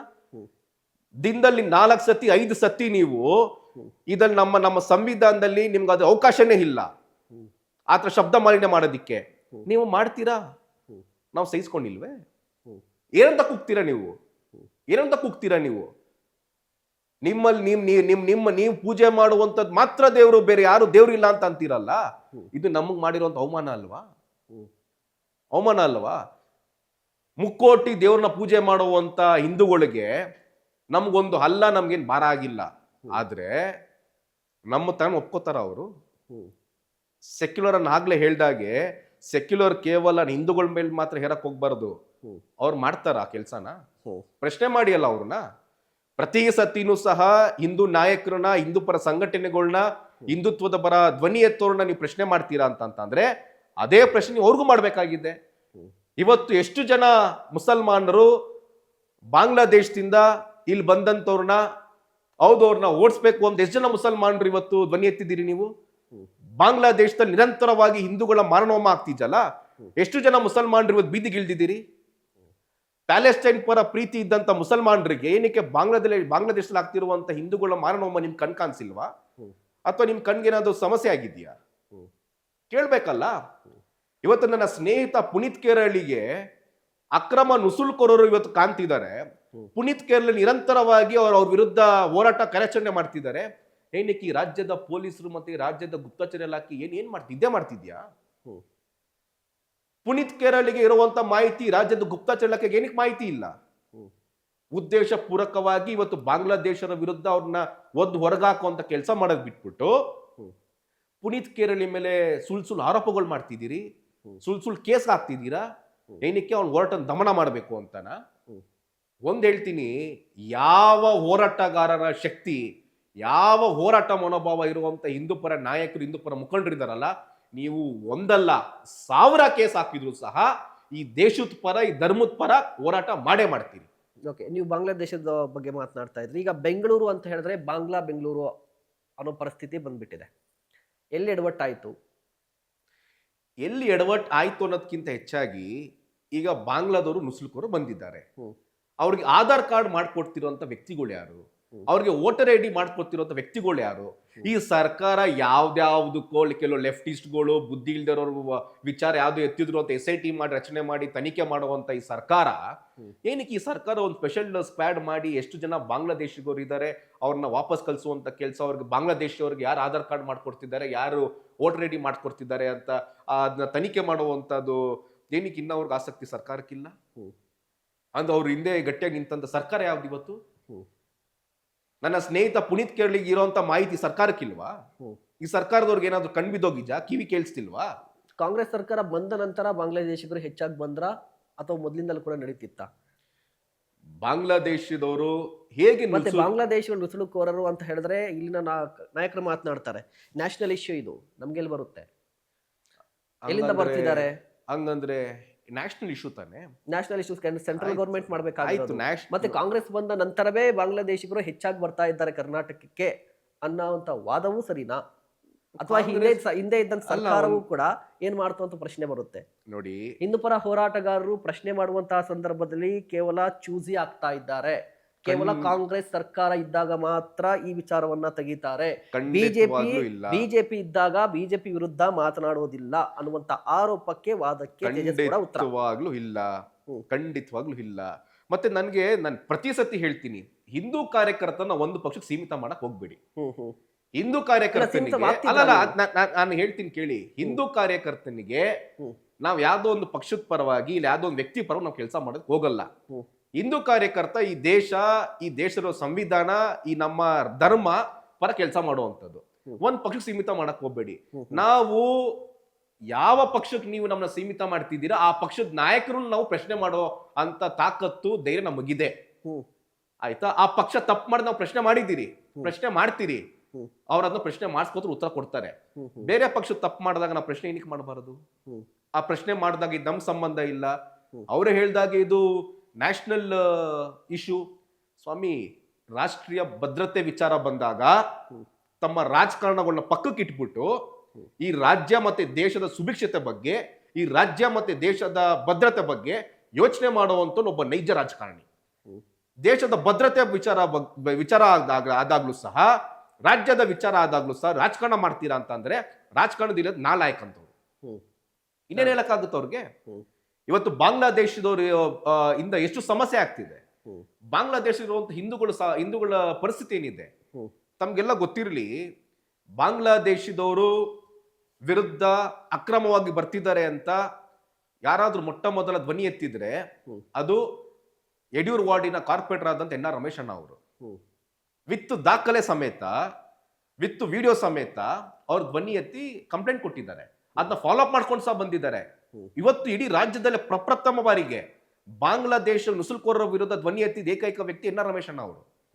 ಏನಕ್ಕೆ ಕಾಂಗ್ರೆಸ್ ಅವರು ಎಲ್ಲಿ ಹೋಗಿದ್ರು ಆಗ? ಏನ್ ಮಾಡ್ತಿದ್ರು ಅವರು? ನಾವು ರಾಜಕೀಯ ಮಾಡಕ್ ಹೋಗಲ್ಲ. ಯಾವ ನಾಯಕರು ಇವತ್ತು ಕೇಂದ್ರದ ಕಡೆ ಬೊಟ್ಟು ತೋರಿಸ್ತಿದ್ದಾರೆ, ಬೆಲ್ ಮಾಡ್ತಿದ್ದಾರೆ, ಯಾಕೆ ನಿಮಗೆ ಯಾರಿಗೂ ದೇಶದ ಬಗ್ಗೆ ಪ್ರೀತಿ ಇಲ್ವಾ? ದೇಶದ ಬಗ್ಗೆ ಗೌರವ ಇಲ್ವಾ? ಎಷ್ಟು ನಮ್ಮ ಇಂಟರ್ನಲ್ ಸೆಕ್ಯೂರಿಟಿಗೆ ಅವರು ಥ್ರೆಟ್ ಆಗುತ್ತಾರೆ, ಎಷ್ಟು ಮಾರಕ ಆಗಿದ್ದಾರೆ ಅಂತ ನಿಮ್ಗೆ ಯಾರಿಗೂ ಅನ್ಸ್ತಿಲ್ವಾ? ನಿಮಗೆ ಕೇವಲ ನೀವು ನಿಮ್ಮ ರಾಜಕೀಯ ಬೇಳೆ ಬಯಸ್ಕೊಳ್ಳೋಕೋಸ್ಕರ ಕೇಂದ್ರಕ್ಕೆ ಪ್ರತಿಯೊಂದು ನೀವು ಬೆಲ್ ಮಾಡಿ ತೋರಿಸುವಂಥದ್ದು ಎಲ್ಲ ನೀವು ಕೇಂದ್ರಕ್ಕೆ ಹೇಳ್ತೀರಾ? ಎಲ್ಲ ನೀವು ಕೇಂದ್ರದ ಸರ್ಕಾರದ ನಿಯಮಗಳಂತೆ ನೀವು ನಡೀತೀರಾ? ನೀವು ಅದನ್ನು ಪ್ರಶ್ನೆ ಮಾಡ್ಬೇಕಲ್ವಾ? ನಾನು ಅದೇ ಹೇಳ್ದಂಗೆ ನಿಮ್ಗೆ ಕೇವಲ ಒನ್ ಸೈಡೆಡ್ ಮಾತಾಡಕ್ ಹೋಗ್ಬಾರ್ದು. ನೀವು ಆತರ ಪ್ರಶ್ನೆ ಮಾಡ್ತೀರಿ, ನಾವು ಈ ತರ ಪ್ರಶ್ನೆ ಮಾಡ್ತೀರಿ, ಉತ್ತರ ಕೊಡಿ. ಇವತ್ತು ಪುನೀತ್ ಕೇರಳಿಗೆ ಹಿಂದೂ ಪರ ಕಾರ್ಯಕರ್ತರಿಗೆ ಪುನೀತ್ ಕೇರಳ್ಳಿ, ಡಾಕ್ಟರ್ ನಾಗೇಂದ್ರಪ್ಪ, ಸಂತೋಷ್ ಕರ್ಟಾಲ್, ಹಿಂದೂ ಜಾಗರಣ ವೇದಿಕೆ, ಎಷ್ಟೋ ನಾಯಕರುಗಳು, ಬಜರಂಗ ನಾಯಕರು, ಬಜರಂಗ ದಳದ ಮುಖಂಡರಿಗೆ ಅವರು ಇವತ್ತು ಅಕ್ರಮ ನುಸುಳುಕೋರರನ್ನ ಹಿಡಿತಿದ್ದಾರೆ. ಶ್ರೀರಾಮ್ ಸೇನೆಯ ಕಾರ್ಯಕರ್ತರು ಇವತ್ತು ಸ್ಟಿಂಗ್ ಆಪರೇಷನ್ಗಳು ಮಾಡಿ ಅದನ್ನ ಬಹಿರಂಗ ಪಡಿಸ್ತಿದ್ದಾರೆ ಅಂತಂದ್ರೆ ನಿಮ್ಮ ಈ ರಾಜ್ಯದಲ್ಲಿ ಇರುವಂತ ಪೊಲೀಸ್ ಇಲಾಖೆ ಇಂಟೆಲಿಜೆನ್ಸ್ ಏನ್ ಮಂತಿಂತಿದ್ಯಾ? ಮತ್ತೆ ಇಲ್ಲೊಂದು ವಾದ ಬರುತ್ತೆ, ಏನು ಅಂತ ಹೇಳಿದ್ರೆ ಕಾನೂನು ಬಗ್ಗೆ ಹಿಂದೂ ಪರ ಹೋರಾಟಗಾರರು ಮಾತನಾಡ್ತಾರೆ, ಬಟ್ ಕಾನೂನನ್ನ ಪಾಲಿಸಲ್ಲ, ನೈತಿಕ ಪೊಲೀಸ್ಗಿರಿ. ಈ ಸ್ಟಿಂಗ್ ಮಾಡುವಂತ ಅಧಿಕಾರವನ್ನ ಹಿಂದೂ ಪರ ಹೋರಾಟಗಾರರಿಗೆ ಯಾರು ಕೊಟ್ರು?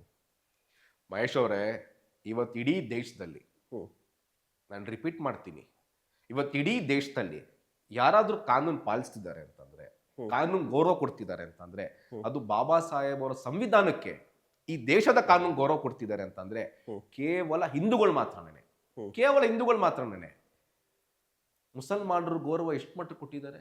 ಸ್ಟೇಷನ್ ಕಲ್ಲುಡಿಯದ, ಸ್ಟೇಷನ್ ಬೆಂಕಿ ಹಚ್ಚುವಂತದ, ಏಕಾಏಕಿ ದಾಳಿ ಮಾಡುವಂತದ?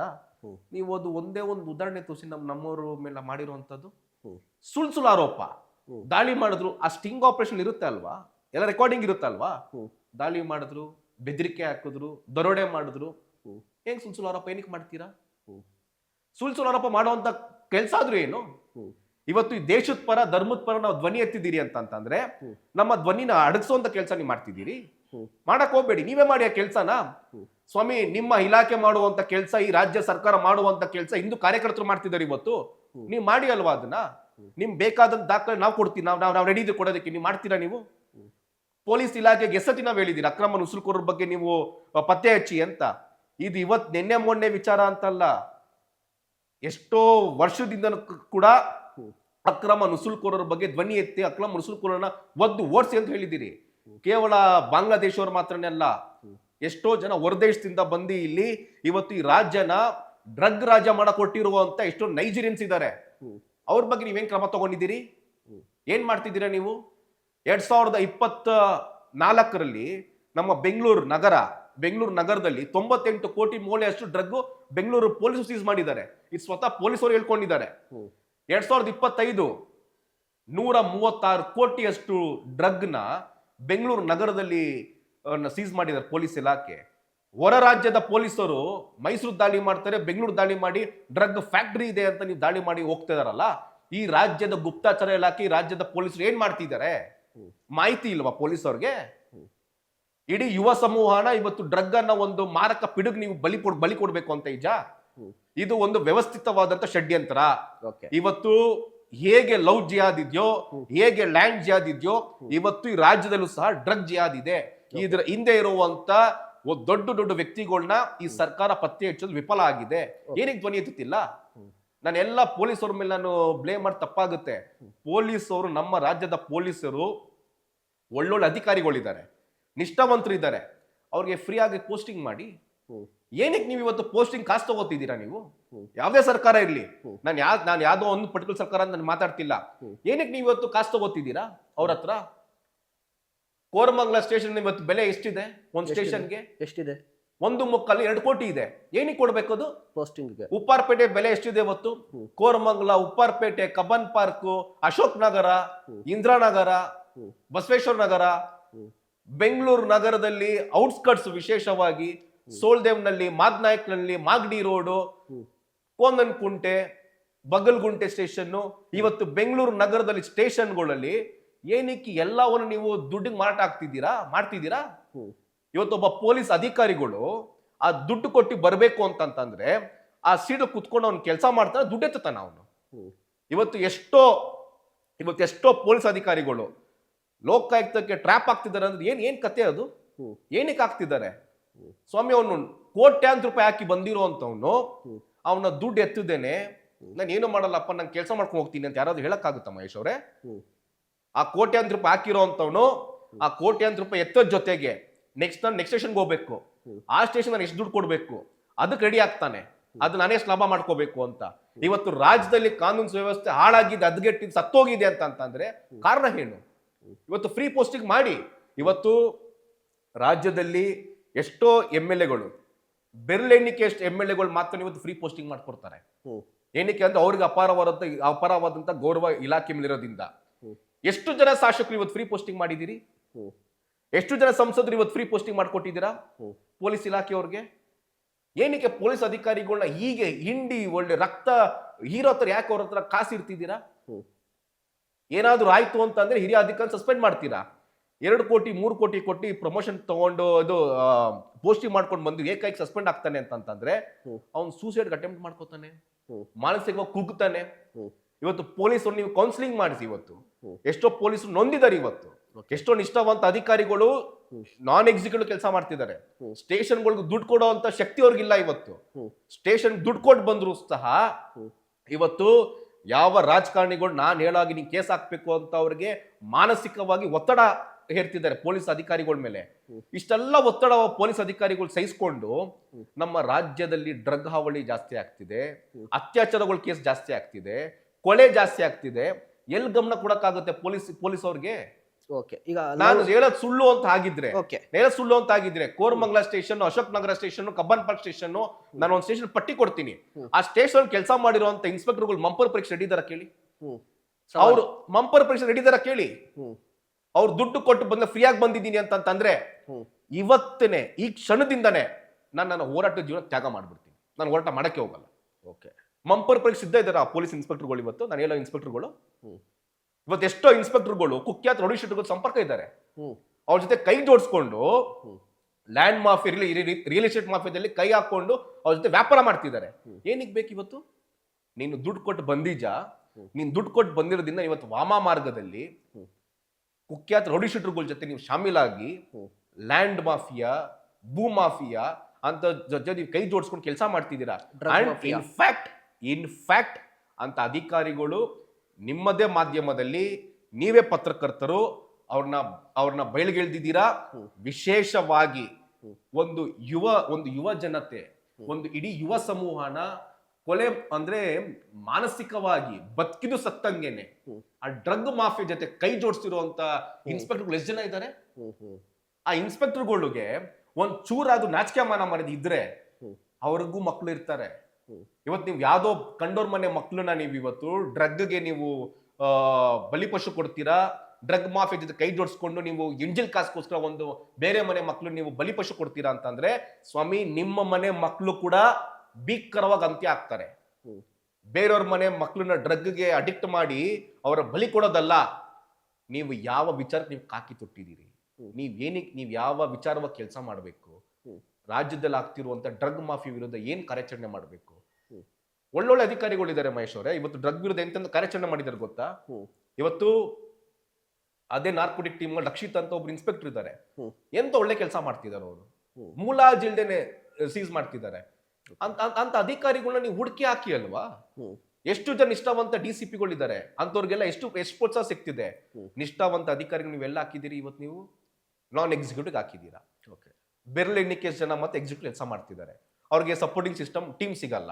ಅವ್ರು ಏನ್ ಮಾಡ್ಬೇಕು ಇವತ್ತು? ಎಲ್ಲಿ ಹೋಗ್ಬೇಕು ಇವತ್ತು? ಈ ರಾಜ್ಯನ ಬೆಂಗಳೂರು ನಗರನ ಅಂತಾರಾಷ್ಟ್ರೀಯ ಮಟ್ಟದಲ್ಲಿ ಹೆಸರು ಹಾಳು ಮಾಡ್ತಿರೋದು ಯಾರು ಇವತ್ತು?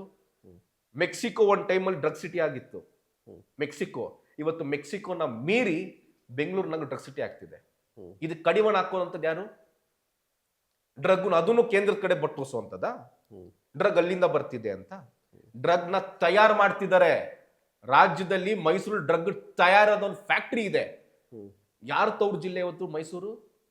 ಏನ್ ಮಾಡ್ತಿದಾರೋ ಅವರು? ಪ್ರಶ್ನೆ ಮಾಡ್ಬೇಕಲ್ವಾ? ನಾವು ಪ್ರಶ್ನೆ ಮಾಡಿದ್ರೆ ಕಾನೂನು ವಿರೋಧಿಗಳು, ಸಂವಿಧಾನ ವಿರೋಧಿಗಳು ಇವರು, ಬಿಜೆಪಿಯ ಫಾಲೋವರ್ಸ್ ಇವರು. ಏನಕ್ಕೆ ಆತರ ಆರೋಪ ಮಾಡ್ತೀರಿ? ನೀವು ನಿಮ್ ಕೆಲಸ ಮಾಡಿ ಅಲ್ವಾ? ನಮ್ಗೆ ಪ್ರಶ್ನೆ ಮಾಡುವಂತ ಅವಕಾಶ ನೀವ್ ಯಾಕೆ ಕೊಡ್ತೀರಾ? ಯಾಕೆ ಕೊಡ್ತೀರಾ ನೀವು? ಕೊಡಕ್ ಹೋಗ್ಬೇಡಿ ನೀವು. ಮಾಧ್ಯಮದವರು ಇವತ್ತು ದಿನನಿತ್ಯ ಒಂದಲ್ಲ ಒಂದು ಬಯಲಿಗೆ ಇಳಿತಾನೆ ಇದ್ದೀರಿ ನೀವು. ಎಷ್ಟು ಕಡೆ ಭ್ರಷ್ಟಾಚಾರ ಆಗಿದೆ. ಕೇವಲ ಪೊಲೀಸ್ ಇಲಾಖೆಯಲ್ಲಿ ಮಾತ್ರ ಭ್ರಷ್ಟಾಚಾರ ಅಲ್ಲ. ಇವತ್ತು ಎಷ್ಟೋ GB ಅಧಿಕಾರಿಗಳು, ಎಷ್ಟೋ AEಗಳು, ಎಷ್ಟೋ EEಗಳು, ಫಾರೆಸ್ಟ್ ಡಿಪಾರ್ಟ್ಮೆಂಟ್ ಕೆಲಸ ಮಾಡುವಂತ ಎಷ್ಟೋ ಅಧಿಕಾರಿಗಳು.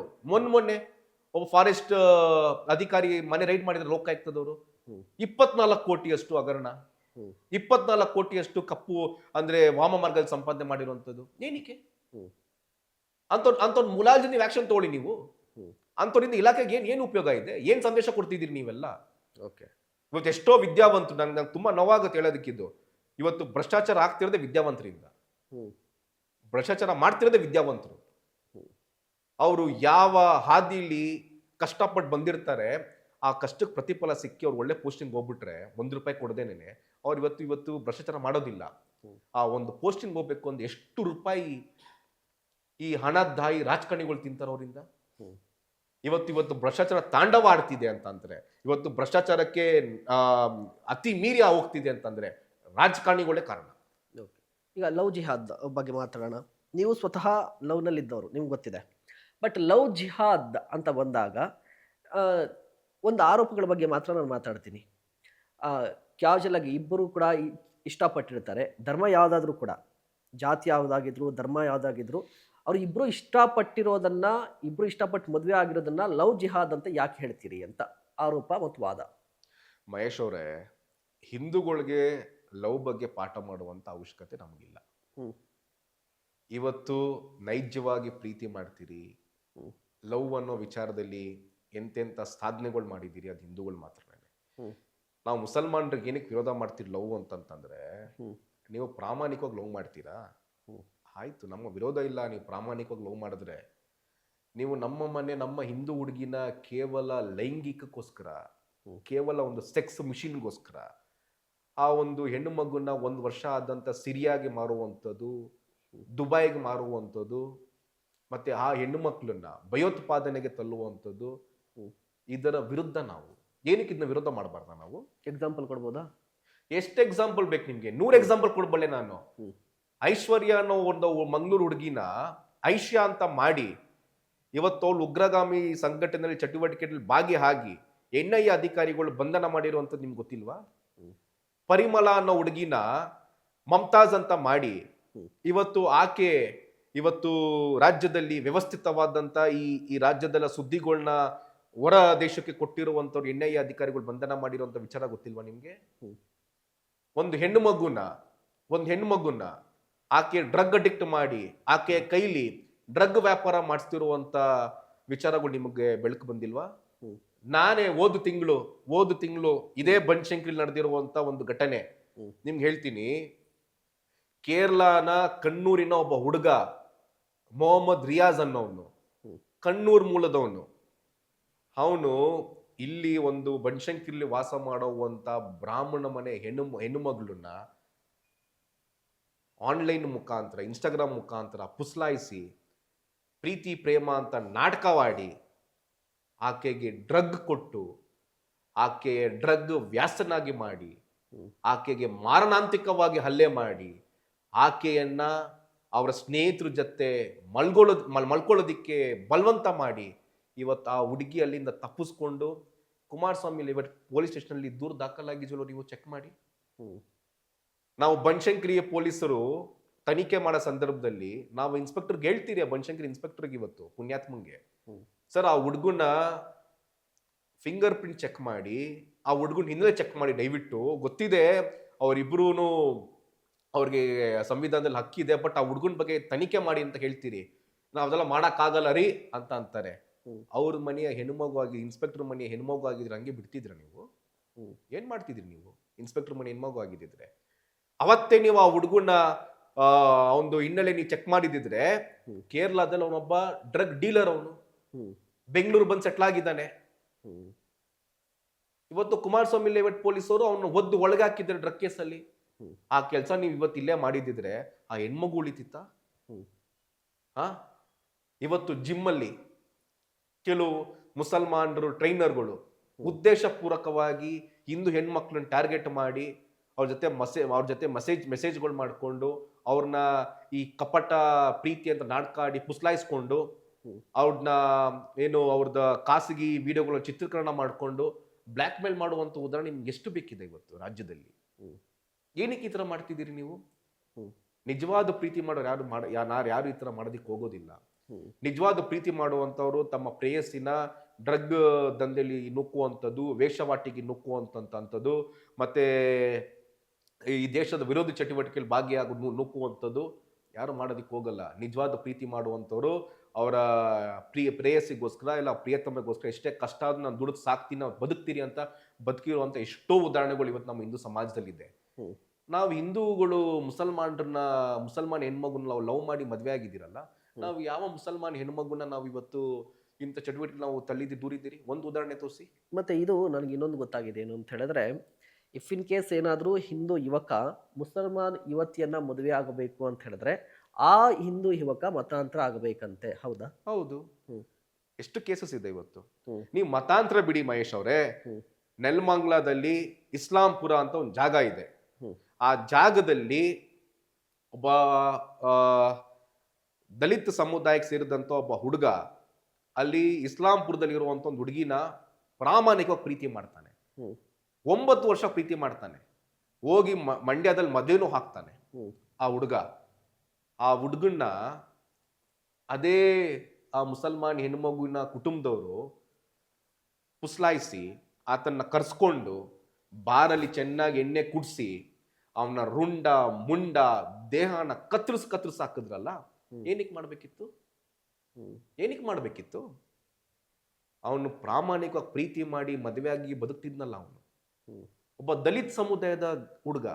ಇವತ್ತು ನೀವು ರಾಜ್ಯದಲ್ಲಿ ನೀವು ನಾಟಕ ಆಡ್ತೀರಿ, ಮುಸಲ್ಮಾನರು ದಲಿತರು ಬಾಯಿ ಅಂತ ಅನ್ಕೊಂಡು ಅವನ್ನ ಬಿಡ್ಬೋದಿತ್ತಲ್ಲ ನೀವು. ಈ ತರ ಎಷ್ಟು ಹತ್ಯೆಗಳಾಗಿದೆ ಹಿಂದೂಗಳದ್ದು.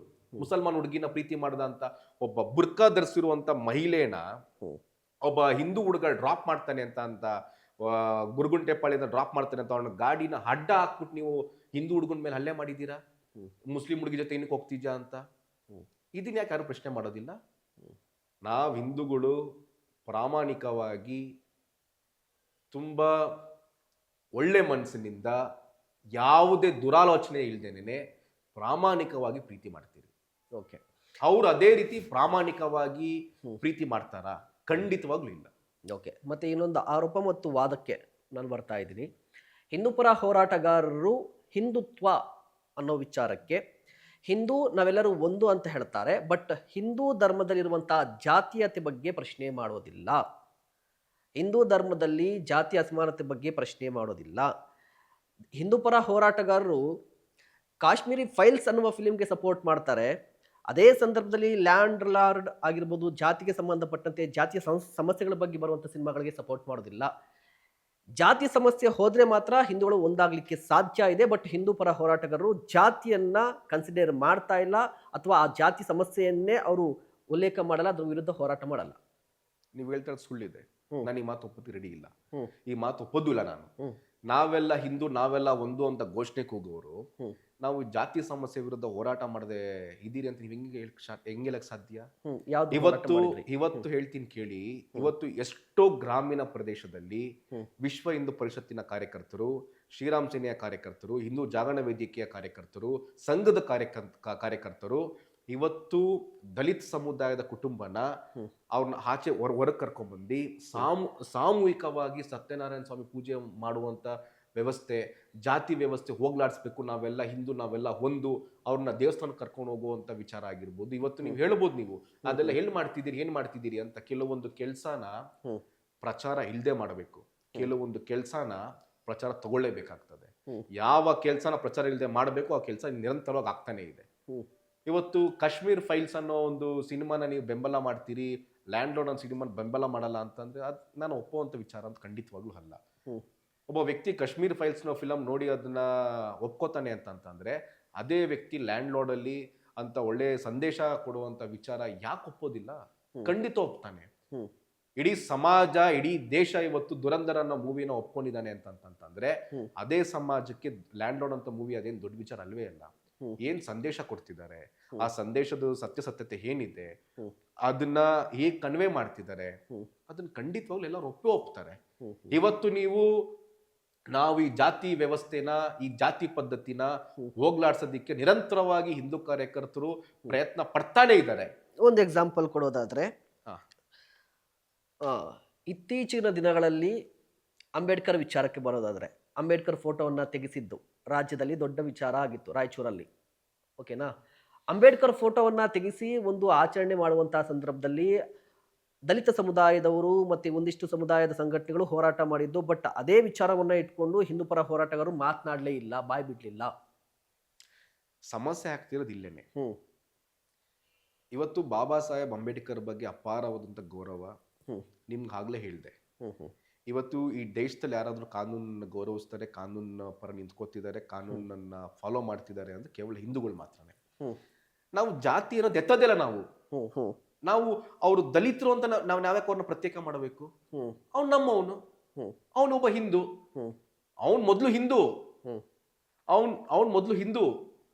ಹೊಸ್ಲು ದಾಟ್ ಮೇಲೆ ಅವ್ನು ಹಿಂದೂನೇ. ಮನೇಲಿ ಏನಾದ್ರು ಜಾತಿ ವ್ಯವಸ್ಥೆ ಏನಾದ್ರು ಇರ್ಲಿ, ನೀನ್ ಲಿಂಗಾಯತ ಇರು, ನೀನು ಒಕ್ಕಲಿಗ ಇರು, ನೀನು ದಲಿತ ಇರು, ಏನಾದ್ರು ಇರು, ಹ್ಮ್ ಮನೇಲಿ ಇಟ್ಕೋ ಅದನ್ನ. ಹ್ಮ್ ನೀನು ಹೊಸ್ಲು ದಾಟಾದ್ಮೇಲೆ ನೀನೊಬ್ಬ ಹಿಂದೂನೇನೆ. ಹ್ಮ್ ನಾವು ಕೇವಲ ದಲಿತರು ಮಾತ್ರ ಹೋರಾಟ ಮಾಡಿದ್ರು, ಆ ಹೋರಾಟದಲ್ಲಿ ನಾವ್ ಹಿಂದೂಗಳು ಭಾಗಿಯಾಗಿದ್ದೀವಿ. ನಮ್ ದಲಿತರಲ್ಲ, ನಮ್ ಹಿಂದೂಗಳು ಮುಖ್ಯ. ಹ್ಮ್ ಹ್ಮ್ ಆ ದಲಿತರು ಸಹ ಹ್ಮ್ ಅವ್ನೇನ್ ದಲಿತರು ದಲಿತರು ದಲಿತರು ಅಂತ ಏನ್ ಅಂತಿದ್ದೀರಲ್ಲ, ಅನ್ನಕ್ ಹೋಗ್ಬಿಡಿ, ಅವ್ರು ಹಿಂದೂಗಳು ಅಂತ ಹೇಳಿ. ಹ್ಮ್ ಯಾಕೆ ಜಾತಿ ಹೆಸರು ಯಾಕೆ ಅವ್ರನ್ನ ಗುರುತಿಡಿಸ್ತೀರಾ? ಹ್ಮ್ ಜಾತಿ ಹೆಸರು ಏನಕ್ಕೆ ಅವ್ರನ್ನ ಕರೆಯಕ್ ಹೋಗ್ತೀರಾ? ಹ್ಮ್ ಜಾತಿ ಹೆಸರು ಏನಕ್ಕೆ ಅವ್ರನ್ನ ಎಲ್ಲ ಒಂದು ಹೋರಾಟನ ಜಾತಿ ಹೆಸರಲ್ಲೇ ಏನಕ್ಕೆ ನೀವು ಅದನ್ನ ಬೆಳಕ್ ತರ್ತೀರಾ? ಹ್ಮ್ ಹಿಂದೂಗಳು ಹೋರಾಟ ಮಾಡಿದ್ರು ಅಂತ ನೀವು ಸ್ಟಾರ್ಟ್ ಮಾಡಿ, ಹ್ಮ್ ಹ್ಮ್ ಹಿಂದೂಗಳು ಇವತ್ತು ಅದ್ರ ವಿರುದ್ಧ ಧ್ವನಿ ಎತ್ತಿದ್ರು ಅಂತ ನೀವು ಸ್ಟಾರ್ಟ್ ಮಾಡಿ, ಹ್ಮ್ ನಾವುಗಳು ಎಲ್ಲಿವರೆಗೂ ಆ ಸಮಸ್ಯೆ ವಿರುದ್ಧ ಧ್ವನಿ ಎತ್ತೋದಿಲ್ಲ, ನಾವುಗಳು ಎಲ್ಲಿವರೆಗೂ ನಾವು ಅದನ್ನ ನಾವು ಅದನ್ನ ಬದಲಾಗುವಂತ ಒಂದು ನಾವು ಮನಸ್ಸು ಅಳವಡಿಸ್ಕೊಳ್ಳಲ್ಲ, ಅಲ್ಲಿವರೆಗೂ ಯಾವುದೇ ರೀತಿಯಾದಂತ ಬದಲಾವಣೆ ನೀವು ಕಾಣೋದಕ್ಕೆ ಹೋಗೋದಿಲ್ಲ. ಮತ್ತೆ ಇನ್ನೊಂದು ಎಕ್ಸಾಂಪಲ್ ಹುಬ್ಬಳ್ಳಿ ಆದಂತಹ ನೇಹಾ ಪ್ರಕರಣ ನಿಮ್ಗೆ ಗೊತ್ತಿರಬೇಕು. ನೇಹಾ ಪ್ರಕರಣ ಯಾವ ರೀತಿಯಾಗಿ ದೊಡ್ಡ ಸದ್ದು ಮಾಡ್ತು ಅಂತ ಹೇಳಿ, ಅದೇ ರೀತಿಯ ಪ್ರಕರಣ ಹುಬ್ಬಳ್ಳಿಯಲ್ಲಿ ಅಂಜಲಿ ಕೂಡ ಆಯಿತು. ಬಟ್ ನೇಹಾ ಪ್ರಕರಣದಲ್ಲಿ ಆದಂತಹ ಪರಿಣಾಮ ಅಂಜಲಿ ಪ್ರಕರಣದಲ್ಲಿ ಆಗಲಿಲ್ಲ. ಕಾರಣ ಜಾತಿನ? ಖಂಡಿತವಾಗ್ಲೂ ಇಲ್ಲ. ಹ್ಮ್ ನೋಡಿ, ಯಾವುದೇ ಕೊಲೆ ಆಗ್ಲಿ, ಹ್ಮ್ ಹ್ಮ್ ಯಾವುದೇ ಅತ್ಯಾಚಾರ, ಯಾವುದೇ ಕ್ರೈಮ್ ಆಗ್ಲಿ, ಅದ್ರಲ್ಲಿ ಜಾತಿ ಹುಡುಕುವಂತ ವ್ಯಕ್ತಿ ಹ್ಮ್ ನನ್ನ ಪ್ರಕಾರ ಅವನಷ್ಟು ವಿಕೃತ ಮನಸ್ಸಿರೋರು ಯಾರು ಇಲ್ಲ. ಮತ್ತೆ ಧರ್ಮ ಯಾಕೆ ಹುಡುಕ್ತಿದ್ರಿ? ಒಂದ್ ನಿಮಿಷ, ನಾವು ಧರ್ಮ ಎಲ್ಲಿ ಹುಡುಕ್ತೀರಿ? ಹ್ಮ್ ಒಂದು ಹಲ್ಲೆ ಆಗಿರುವಂತದ್ದು, ಒಂದು ಭೀಕರವಾಗಿ ಹತ್ಯೆ ಮಾಡಿರುವಂತದ್ದನ್ನ ನಾವು ಅದನ್ನ ಖಂಡಿಸ್ಲೇಬಾರ್ದಾ? ಹ್ಮ್ ಖಂಡಿಸುವ ನಾವು ಭರದಲ್ಲಿ ಜಾತಿಯ ಸಮುದಾಯವನ್ನ ಖಂಡಿಸ್ತಾ ಇದ್ರಿ. ಈಗ ನಾವು ನೇಹಾ ಪ್ರಕರಣದಲ್ಲಿ ಒಂದ್ ನಿಮಿಷ ನಾನು ನೇಹಾ ಹೇಳ್ತೀನಿ. ಪ್ರಕರಣದಲ್ಲಿ ಆ ವ್ಯಕ್ತಿ ತಪ್ಪು ಮಾಡಿದಂತಹ ಸಂದರ್ಭದಲ್ಲಿ ಅದು ಆ ವ್ಯಕ್ತಿಯ ತಪ್ಪಾಗುತ್ತೆ, ಸಮುದಾಯದ ತಪ್ಪು ಹೇಗಾಗುತ್ತೆ ಅನ್ನುವಂತ ಪ್ರಶ್ನೆ.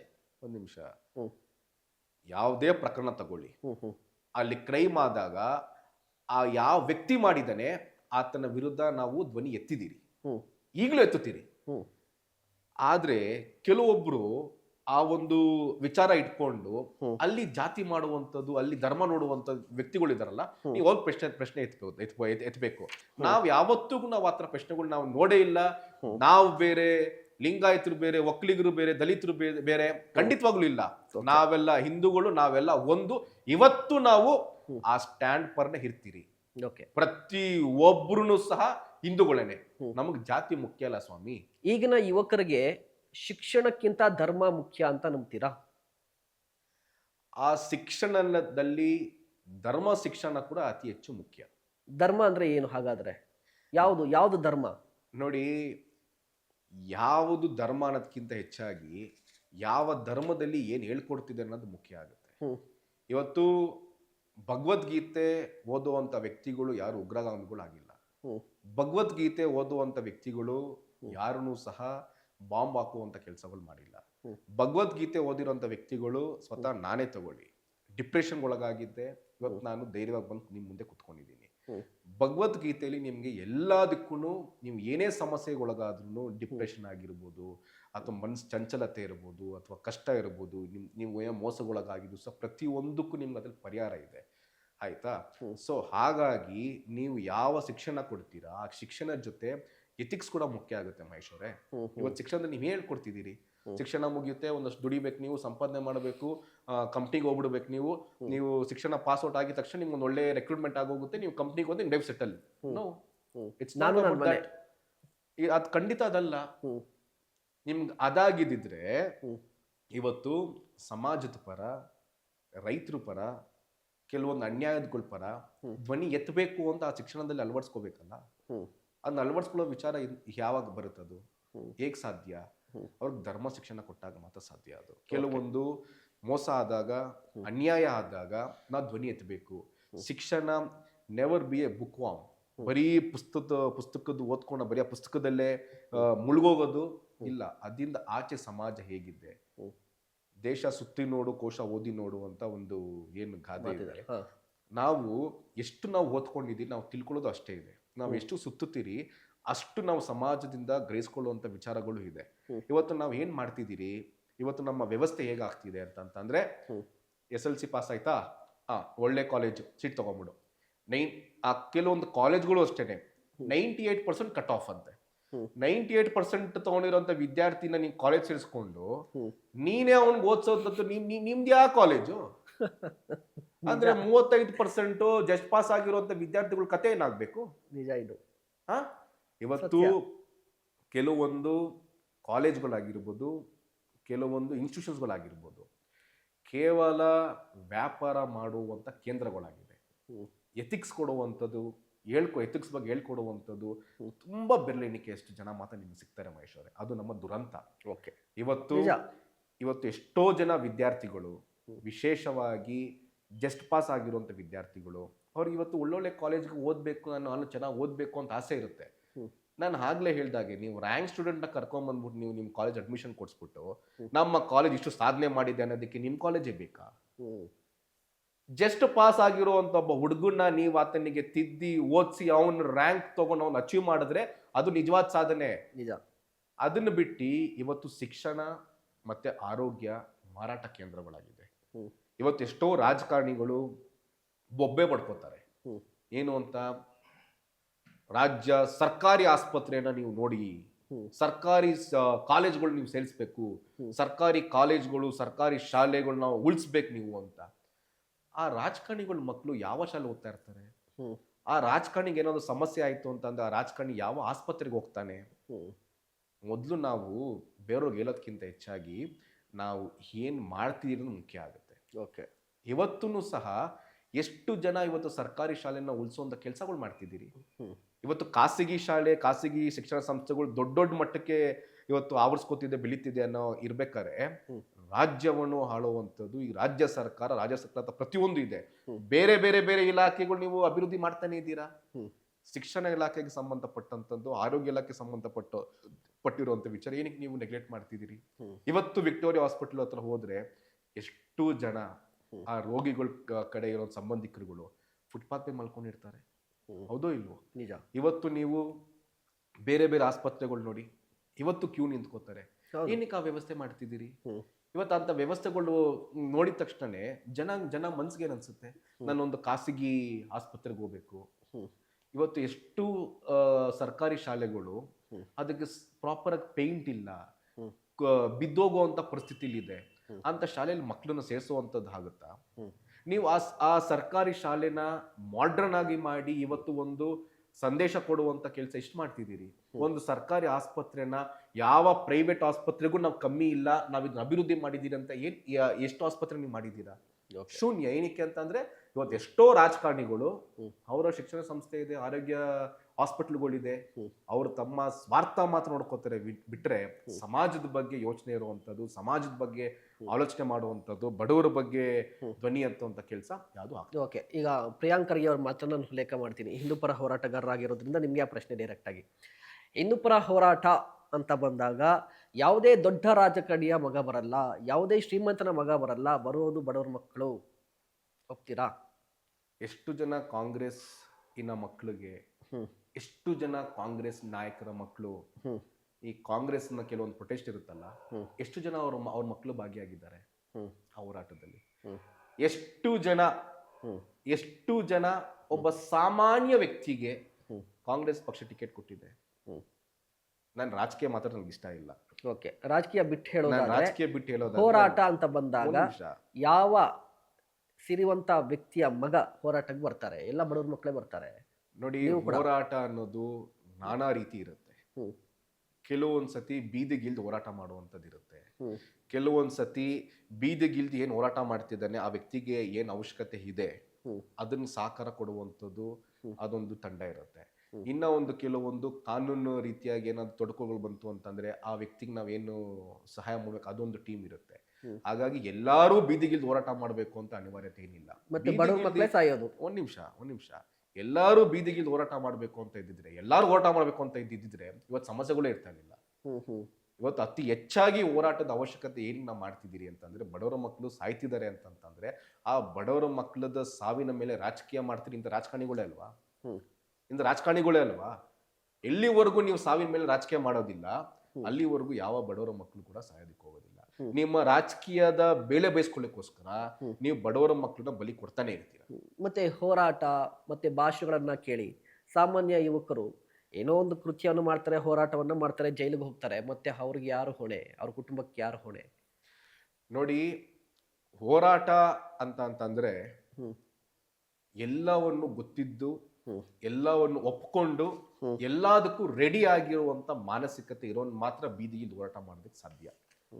ನಾನು ಹೋರಾಟ ಮಾಡ್ತೀನಿ ಆಮೇಲೆ ಕೇಸ್ ಆಗೋಗುತ್ತಪ್ಪ ನನಗೆ ಭಯ ಅಂತ ಮೇಲೆ ಕೂತ್ಕೊಂಡ್ರೆ ಅದು ಹೋರಾಟ ಆಗೋದಿಲ್ಲ.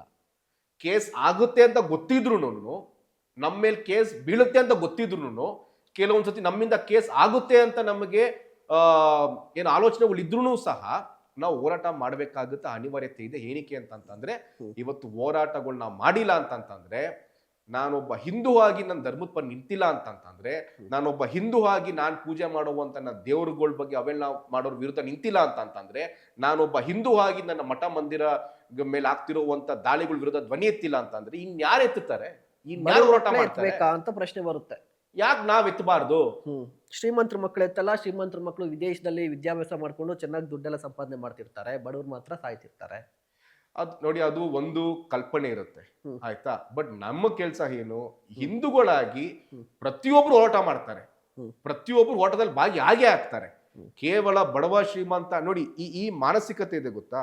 ಹೋರಾಟದಲ್ಲೂ ಬಡವ ಶ್ರೀಮಂತ ಅಂತ ಹುಡ್ಕುವಂಥದ್ದು. ಹೋರಾಟ ಮಾಡ್ತಿದ್ದ ಒಂದು ವ್ಯಕ್ತಿ ಅಂದ್ರೆ ಯಾವ ವಿಚಾರಕ್ಕೆ ಹೋರಾಟ ಮಾಡ್ತಿದ್ದಾನೆ, ಆ ವಿಚಾರ ಏನು ಅಂತ ವಿಚಾರ ತಿಳ್ಕೊಬೇಕೆ ವಿನಃ ಇವತ್ತು ಹೋರಾಟಗಾರರು ಬಡವರು ಇದ್ದಾರೆ, ಹೌದಿಲ್ಲ ಅಂತಂತಲ್ಲ.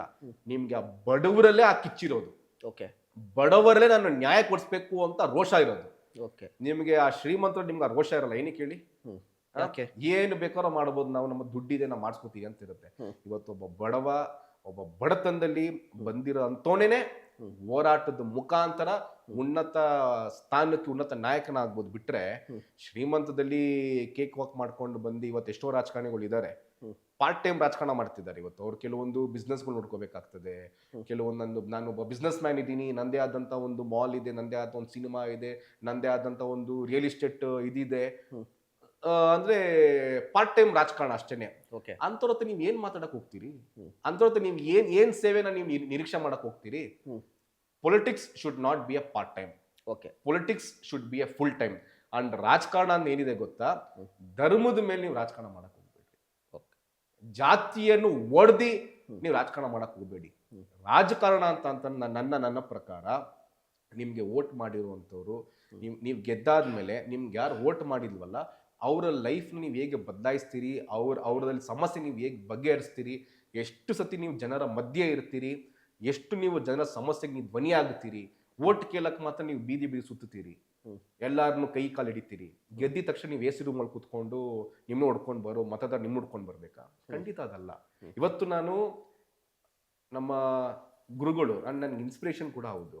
NR ರಮೇಶ್ ಅವರು ಪ್ರತಿ ಭಾನುವಾರ ಪ್ರತಿಯೊಂದು ಮನೆ ಹತ್ರ ಜನರ ದರ್ಶನಕ್ಕೆ ಭೇಟಿ ಕೊಡ್ತಾರೆ, ಮನೆ ಹತ್ರ ಹೋಗ್ತಾರೆ. ಅಂದ್ರೆ ಕ್ಯಾನ್ವರ್ಸಿಂಗ್ ಮಾಡಿ ವೋಟ್ ಕೇಳ್ಬೇಕಾದ್ರೆ ಹೆಂಗ್ ಹೋಗ್ತಾರೆ ಮನೆ ಹತ್ರ, ಇವತ್ತು ಪ್ರತಿ ಭಾನುವಾರ ಮನೆ ಹತ್ರ ಹೋಗ್ತಾ ಇದ್ದಾರೆ. ನಾನ್ ನೋಡಿರುವಂತ ಒಬ್ಬ ಧೀಮಂತ ರಾಜಕಾರಣಿ, ನಾವು ಕಲಿಯುವಂತ ಸುಮಾರು ಇದೆ ಅವ್ರ ಹತ್ರ. ಅಂತ ರಾಜಕಾರಣಿಗಳಾಗಿರ್ಬೇಕೆ ವಿನಃ ನಾನು AC ಕಾರಲ್ಲಿ ಸುತ್ತೀನಿ, AC ಆಫೀಸಲ್ಲಿ ಕುತ್ಕೋತೀನಿ, ನೀವು ಹುಡ್ಕೊಂಡು ಬನ್ನಿ ಅಂತವ್ರು ರಾಜಕಾರಣಕ್ಕೆ ಬರೋದಕ್ಕಿಂತ ಹೆಚ್ಚಾಗಿ ಅವ್ರ ಬಿಸ್ನೆಸ್ಗಳು, ಅವ್ರೇನು ವ್ಯಾಪಾರ ವಹಿವಾಟಿದೆ ನೋಡ್ಕೊಂಡಿದ್ಬಿಟ್ರೆ ಉತ್ತಮ. ಓಕೆ, ಇನ್ನೊಂದೆರಡು ಪ್ರಶ್ನೆ ಇದೆ ಅಷ್ಟೇ. ತೇಜಸ್ ಗೌಡ ಅಧಿಕಾರಕ್ಕೆ ಬಂದರೆ, ತೇಜಸ್ ಗೌಡ ಕೈಯಲ್ಲಿ ಅಧಿಕಾರ ಇದ್ದರೆ ಹಿಂದೂ ಸಮಾಜದಲ್ಲಿ ಬದಲಾವಣೆ ತರಬಹುದಾದಂಥ ಏನಾದರೂ ಸಮಸ್ಯೆ ಇದೆಯಾ? ಅಧಿಕಾರ ಇಲ್ಲ ಅಂದ್ರೆ ಹೋರಾಟ ಮಾಡ್ಕೊಂಡೇ ಬಂದಿದ್ದೀರಿ. ಹಿಂದೂ ಸಮಾಜಕ್ಕೆ ಬದಲಾವಣೆಕ್ಕಿಂತ ಹೆಚ್ಚಾಗಿ ಹಿಂದೂ ಸಮಾಜಕ್ಕೆ ಸಮಸ್ಯೆ ಬಂದಾಗ ನಾವು ಧ್ವನಿ ಎತ್ತುತ್ತೀರ ಮುಖ್ಯ ಆಗುತ್ತೆ. ಸಮಾಜಕ್ಕೆ ಬದಲಾವಣೆ ಕೆಲವೊಂದು ಅಗತ್ಯ ಇದೆ, ಅದು ಯಾವಾಗ ಆಗುತ್ತೋ ಕಾಲಾಯ ತಸ್ಮೈ ನಮ ಅನ್ನೋದು ಏನಿದೆ, ಯಾವಾಗ ಬೇಕೋ ಅವಾಗ ಆಗ್ತಾ ಹೋಗ್ತದೆ. ಬಟ್ ಸಮಾಜಕ್ಕೆ ಏನಾದ್ರು ತೊಂದರೆ ಆದಾಗ ಧ್ವನಿ ಎತ್ತುತ್ತೀನ, ಖಂಡಿತವಾಗ್ಲೂ ಧ್ವನಿ ಎತ್ತುತ್ತೀನಿ, ಖಂಡಿತವಾಗ್ಲೂ ನಾನು ಅದನ್ನ ವಿರೋಧ ಮಾಡೇ ಮಾಡ್ತೀನಿ. ನನ್ನ ಕೈಲಿ ಅಧಿಕಾರ ಬಂದ್ರೆ, ನಾನು ಸ್ಲಮ್ ಅಲ್ಲಿ ಹುಟ್ಟಿ ಬೆಳೆದಿರೋವಂಥವ್, ನಾನು ನಮ್ಮ ಸಿದ್ದಾಪುರ ಇವತ್ತೂ ಸಹ ಇವತ್ತೂನು ಈಗಲೂ ನೀವು ಸಿದ್ದಾಪುರಕ್ಕೆ ಹೋಗ್ರಿ, ಇವತ್ತು ಅಲ್ಲಿ ಅದನ್ನ ಸ್ಲಮ್ಮು ಅಂತಾನೆ ಅಂತಾರೆ. ಅಲ್ಲಿ ಹುಟ್ಟಿ ಬೆಳೆದಿರೋನಿಗೆ ಆ ಸಮಸ್ಯೆಗಳು ಹೇಗಿದ್ದೆ, ಇವತ್ತು ಆ ಸಮಸ್ಯೆಗಳ ಬಗ್ಗೆ ಯಾರು ಧ್ವನಿ ಎತ್ತುತ್ತಿಲ್ಲ. ಇವತ್ತು ಅಲ್ಲಿರೋರು ಸ್ಯಾನಿಟರಿ ನೀರು ಮತ್ತೆ ಕಾವೇರಿ ನೀರು ಮಿಕ್ಸ್ ಆಗಿ ಆ ನೀರನ್ನ ಕುಡಿಯುವಂತ ಪರಿಸ್ಥಿತಿ ಇದೆ. ಇವತ್ತು ಅಲ್ಲಿಂದ ಪ್ರತಿನಿಧಿಸಿರುವಂತವ್ರು ಇವತ್ತು ಅವರು ಆರಾಮಾಗಿ ಬಿಸ್ಲರಿ ವಾಟರ್ಗಳು ನೀರು ಕುಡ್ಕೊಂಡು ಆರಾಮಾಗಿದ್ದಾರೆ. ಆದ್ರೆ ಆ ಜನರ ಸಮಸ್ಯೆಗಳ ಬಗ್ಗೆ ಧ್ವನಿಗೂಡಿಸೋರಂಥವ್ರು ಯಾರು? ಏನಕ್ಕೆ ಇವತ್ತು ಯುವಕರು ರಾಜಕಾರಣಕ್ಕೆ ಬರಬೇಕು? ನೋಡಿ, ಸ್ವತಃ ಪ್ರಧಾನಮಂತ್ರಿ ನರೇಂದ್ರ ಮೋದಿ ಅವರನ್ನೇ 10 ಲಕ್ಷ ಜನ ಯುವಕರು ರಾಜಕಾರಣಕ್ಕೆ ಬರಬೇಕು ಅಂದ್ರೆ ರಾಜಕೀಯ ಹಿನ್ನೆಲೆ ಇಲ್ಲದೆ ಇರೋಂಥವ್ರು ರಾಜಕಾರಣಕ್ಕೆ ಬರಬೇಕು ಅಂತ ಕರೆ ಕೊಟ್ಟಿದ್ದಾರೆ. ಏನ್ ಕೇವಲ ಬರೀ ರಾಜಕಾರಣಿಗಳ ಮಕ್ಕಳು ಮಾತ್ರ ರಾಜಕಾರಣಿ ಆಗ್ಬೇಕಾ? ಏನಕ್ಕೆ ಡ್ರೈವರ್ ಮಗ ರಾಜಕಾರಣಿ ಆಗ್ಬಾರ್ದಾ? ಏನಕ್ಕೆ ಒಬ್ಬ ಪೂಜೆ ಮಾಡುವಂತ ವ್ಯಕ್ತಿ ಮಗ ರಾಜಕಾರಣಿ ನಾಯಕ ಆಗ್ಬಾರ್ದಾ? ಮುಂದೆ ನೀವು ರಾಜಕೀಯಕ್ಕೆ ಬರ್ತೀರಿ? 1000% ಬಂದೇ ಬರ್ತೀನಿ. ಸಮಾಜ ಒಪ್ಪುತ್ತೆ, ಸಮಾಜಕ್ಕೆ ಅವಶ್ಯಕತೆ ಇದೆ ಅಂತಂದ್ರೆ 1000% ರಾಜಕಾರಣಕ್ಕಂತೂ ಬಂದೇ ಬರ್ತೀನಿ. ರಾಜಕಾರಣಕ್ಕೆ ಬಂದ ತಕ್ಷಣ ನಾನು ಯಾವ್ದೋ ಸೇಫ್ ಜಾಗ, ಅತಿ ಹೆಚ್ಚು ಹಿಂದೂಗಳು ವಾಸವಾಗಿರುವಂತ ಜಾಗ ಕೊಟ್ಬಿಡಿ, ನಾನು ಗೆದ್ಕೊಂಡ್ಬಿಡ್ತೀನಿ. ನಾನು ಎಲ್ಲಿ ಹುಟ್ಟಿದೀನೋ, ಎಲ್ಲಿ ಬೆಳೆದಿದ್ದೀನೋ ಅದೇ ಏರಿಯಾದಲ್ಲಿ ನಾನು ರಾಜಕಾರಣ ಮಾಡ್ತೀನಿ. ನಾನು ಅದೇ ಜನಕ್ಕೋಸ್ಕರ ನಾನು ಧ್ವನಿಯಾಗಿರ್ತೀನಿ. ಆ ಜನನ ಮೇಲೆತ್ತುವಂತ ಕೆಲಸ, ಆ ಜನರ ಪರ ನಿಲ್ಲುವಂತ ಕೆಲಸ, ಜನರ ಮಧ್ಯೆ ಇರುವಂತ ಕೆಲಸ ತೇಜಸ್ಗೌಡ ಮಾಡ್ತಾನೆ. ಹಿಂದೂ ಧರ್ಮ ಅಪಾಯದಲ್ಲಿದೆ ಅನ್ನುವಂಥ ಮಾತು ನಿಜನಾ? ನೀವು ಕೆಲವೊಂದು ಸಂಗತಿಗಳು ನೋಡಿದಾಗ, ಕೆಲವೊಂದು ವಿಚಾರಗಳನ್ನ ಗಮನಿಸಿದಾಗ, ಹಿಂದೂ ಮಠ ಮಂದಿರಗಳ ಮೇಲೆ ದಾಳಿ ಆಗ್ತಿರುವಂಥದ್ದು, ಹಿಂದೂ ಮಠ ಮಂದಿರಗಳನ್ನ ಟಾರ್ಗೆಟ್ ಮಾಡುವಂಥದ್ದು, ಹಿಂದೂ ನಾಯಕರನ್ನ, ಹಿಂದೂ ಹೋರಾಟಗಾರನ ಸುಖಾಸುಮ್ಮನೆ ಟಾರ್ಗೆಟ್ ಮಾಡುವಂತ ವಿಚಾರ ಇರ್ಬೋದು, ಹಿಂದೂ ಧರ್ಮದ ಮೇಲೆ ನಿರಂತರವಾಗಿ ಅವೇಳನಕಾರ ಮಾಡುವಂತ ವಿಚಾರ ಇರ್ಬೋದು, ಮತ್ತೆ ನಮ್ಮ ಏನು ಆಚಾರ ವಿಚಾರ ಇದೆ ಅದ್ರ ಮೇಲೆ ನಮ್ಮ ನಮ್ಮ ಭಾವನೆಗೆ ಧಕ್ಕೆ ತರುವಂತ ವಿಚಾರ ಇರ್ಬೋದು. ಈ ಎಲ್ಲಾ ವಿಚಾರ ನೀವು ನೋಡಿದ್ರೆ ಖಂಡಿತವಾಗ್ಲೂ ಹಿಂದೂಗಳಿಗೆ, ಹಿಂದೂ ಧರ್ಮಕ್ಕೆ ಲೆಫ್ಟಿಸ್ಟ್ ಇಂದ, ಕೆಲವು ಜಿಹಾದಿ ಮನಸ್ಥಿತಿ ಇರುವಂತ ಮುಸಲ್ಮಾನರಿಂದ, ಕೆಲವು ಸೋಗಲಾಡಿ ರಾಜಕಾರಣಿಗಳಿಂದ ಹಿಂದೂ ಧರ್ಮಕ್ಕೆ ನಿಜವಾಗ್ಲೂ ಅಪಾಯ ಇದೆ. ಬಟ್ ಆ ಅಪಾಯಕ್ಕೆ ಯಾವುದೇ ರೀತಿಯಾದಂತ ಹಿಂದೂ ಸಮಾಜ ಕುಗ್ಗೋದಿಲ್ಲ, ಹಿಂದೂ ಸಮಾಜ ಎದುರೋದಿಲ್ಲ. ಎಷ್ಟೇ ಅಪಾಯಗಳು ಬಂದ್ರು ಸಹ ಅಂತ ಮುಘಲರು, ಅಂತ ಗೋರಿ ಗಜ್ನಿ ಬಾಬರ್ನೇ ಫೇಸ್ ಮಾಡಿರುವಂತ ಸಮಾಜ ನಮ್ದು. ಇನ್ನ ಇಂಥವ್ರನ್ನ ನಾವು ಫೇಸ್ ಮಾಡದೆ ಅಂತ ನಾವೇನು ಬಚ್ಕೊಂಡು ಕುತ್ಕೊಳ್ಳೋಂತ ಮಾತೇ ಇಲ್ಲ. ಇಂಥವ್ರನ್ನೆಲ್ಲ ಮೆಟ್ಟಿ ನಿಲ್ಲುವಂತ ಕೆಲಸ ನಾವು ಹಿಂದೂ ಸಮಾಜ ಮಾಡೇ ಮಾಡುತ್ತೆ. ಕೇವಲ ಒಂದು ವ್ಯಕ್ತಿಯಿಂದ ಮಾತ್ರ ಹಿಂದೂ ಸಮಾಜ ಅಲ್ಲ, ನಾವೆಲ್ಲ ಒಂದು. ಕೇವಲ ಒಬ್ಬ ಹೋರಾಟಗಾರದಿಂದ ಮಾತ್ರ ಸಮಾಜ ಅಲ್ಲ. ಆ ಹೋರಾಟಗಾರರಿಗೆ ಶಕ್ತಿ ಕೊಡುವಂತ ಎಷ್ಟೋ ಜನ ಇದ್ದಾರೆ, ವಿಶೇಷವಾಗಿ ಮಾಧ್ಯಮ ಮಿತ್ರರು. ಇವತ್ತು ಮಾಧ್ಯಮ ಮಿತ್ರರು ಎಷ್ಟರ ಮಟ್ಟಕ್ಕೆ ಇವತ್ತು ಮಾಧ್ಯಮ ಬೆಳಕು ಚೆಲ್ಲುವಂತ ಕೆಲಸ ಮಾಡ್ತಿದೆ ಇವತ್ತು ಸಮಾಜದಲ್ಲಿ ಅಂತಂದ್ರೆ, ಏನೋ ಸಮಸ್ಯೆ ಆಯ್ತು ಅಂತ ಅಂದ್ರೆ ನೀವು ಹಾಗೆ ಅದನ್ನ ಸಮಾಜಕ್ಕೆ ಇರುವಂತ ಕೆಲಸ ಮಾಡ್ತಿದ್ದೀರಾ. ನಿಮ್ಮಂತವ್ರು ಎಷ್ಟೋ ಜನ ನಿಷ್ಠಾವಂತ ಅಧಿಕಾರಿಗಳಿದ್ದಾರೆ, ಪೊಲೀಸರು ಇದ್ದಾರೆ. ಇವ್ರು ಎಲ್ಲರಿಂದ ಹಿಂದೂ ಸಮಾಜ ಅಂತಂದ್ರೆ ಕೇವಲ ಒಂದು ವ್ಯಕ್ತಿಯಿಂದ ಮಾತ್ರ ಅಲ್ಲ, ಈ ಎಲ್ಲರೂ ಒಗ್ಗೂಡಿದಾಗ ಮಾತ್ರ ಹಿಂದೂ ಸಮಾಜ. ಈ ಎಲ್ಲರೂ ಒಂದಾಗಿ ಹೋರಾಟ ಮಾಡುವಂತ ನಿರಂತರ ಹೋರಾಟ ಮಾಡ್ತೀರಿ. ಇದರಲ್ಲಿ ಯಾವುದೇ ರೀತಿಯಾದಂಥ ಭೇದ ಭಾವ ಇಲ್ಲ, ಇದರಲ್ಲಿ ಯಾವುದೇ ರೀತಿಯಾದಂಥ ಕುಗ್ಗೋ ಪರಿಸ್ಥಿತಿ ಇಲ್ಲ. ಹಿಂದೂ ಧರ್ಮದ ಪರ ನಿರಂತರವಾಗಿ, ಹಿಂದುತ್ವದ ಪರ ನಿರಂತರವಾಗಿ ಧ್ವನಿಯಾಗಿರ್ತೀರಿ. ಅದು ಹಿಂದೂ ಧರ್ಮಕ್ಕೆ ಯಾರೇ ಏನೇ ತೊಂದರೆ ಕೊಟ್ಟರು ಸಹ ಅವ್ರನ್ನ ಮೆಟ್ಟಿ ನಿಲ್ಲುವಂಥದ್ದು, ಅವ್ರನ್ನ ದಮನ ಮಾಡುವಂಥ ಕೆಲಸ ನಾವುಗಳು ಮಾಡ್ತೀವಿ. Okay, thank you so much sir. ಇಷ್ಟೊತ್ತು ನಮ್ಮ ಜೊತೆಲಿ ಇದ್ದದಕ್ಕೆ, ಮಾತನಾಡೋದಕ್ಕೆ ಥ್ಯಾಂಕ್ ಯು ಸೊ ಮಚ್. ವೀಕ್ಷಕರೇ, ಹಿಂದೂ ಧರ್ಮ ಮತ್ತು ಹಿಂದುತ್ವ ವಿಚಾರ ಅಂತ ಬಂದಾಗ ಎಂದೆಂದಿಗೂ ಕೂಡ ನಾನು ಹೋರಾಟ ಮಾಡ್ತೀನಿ ಅನ್ನೋದು ತೇಜಸ್ಗೌಡ ಅವರ ಮಾತು. ಇಂತಹ ಮತ್ತಷ್ಟು ಕಂಟೆಂಟ್ಗಾಗಿ ನೋಡ್ತಾ ಇರಿ ಸುಮನ್ ಟಿವಿ ಕನ್ನಡ. ನಮಸ್ಕಾರ.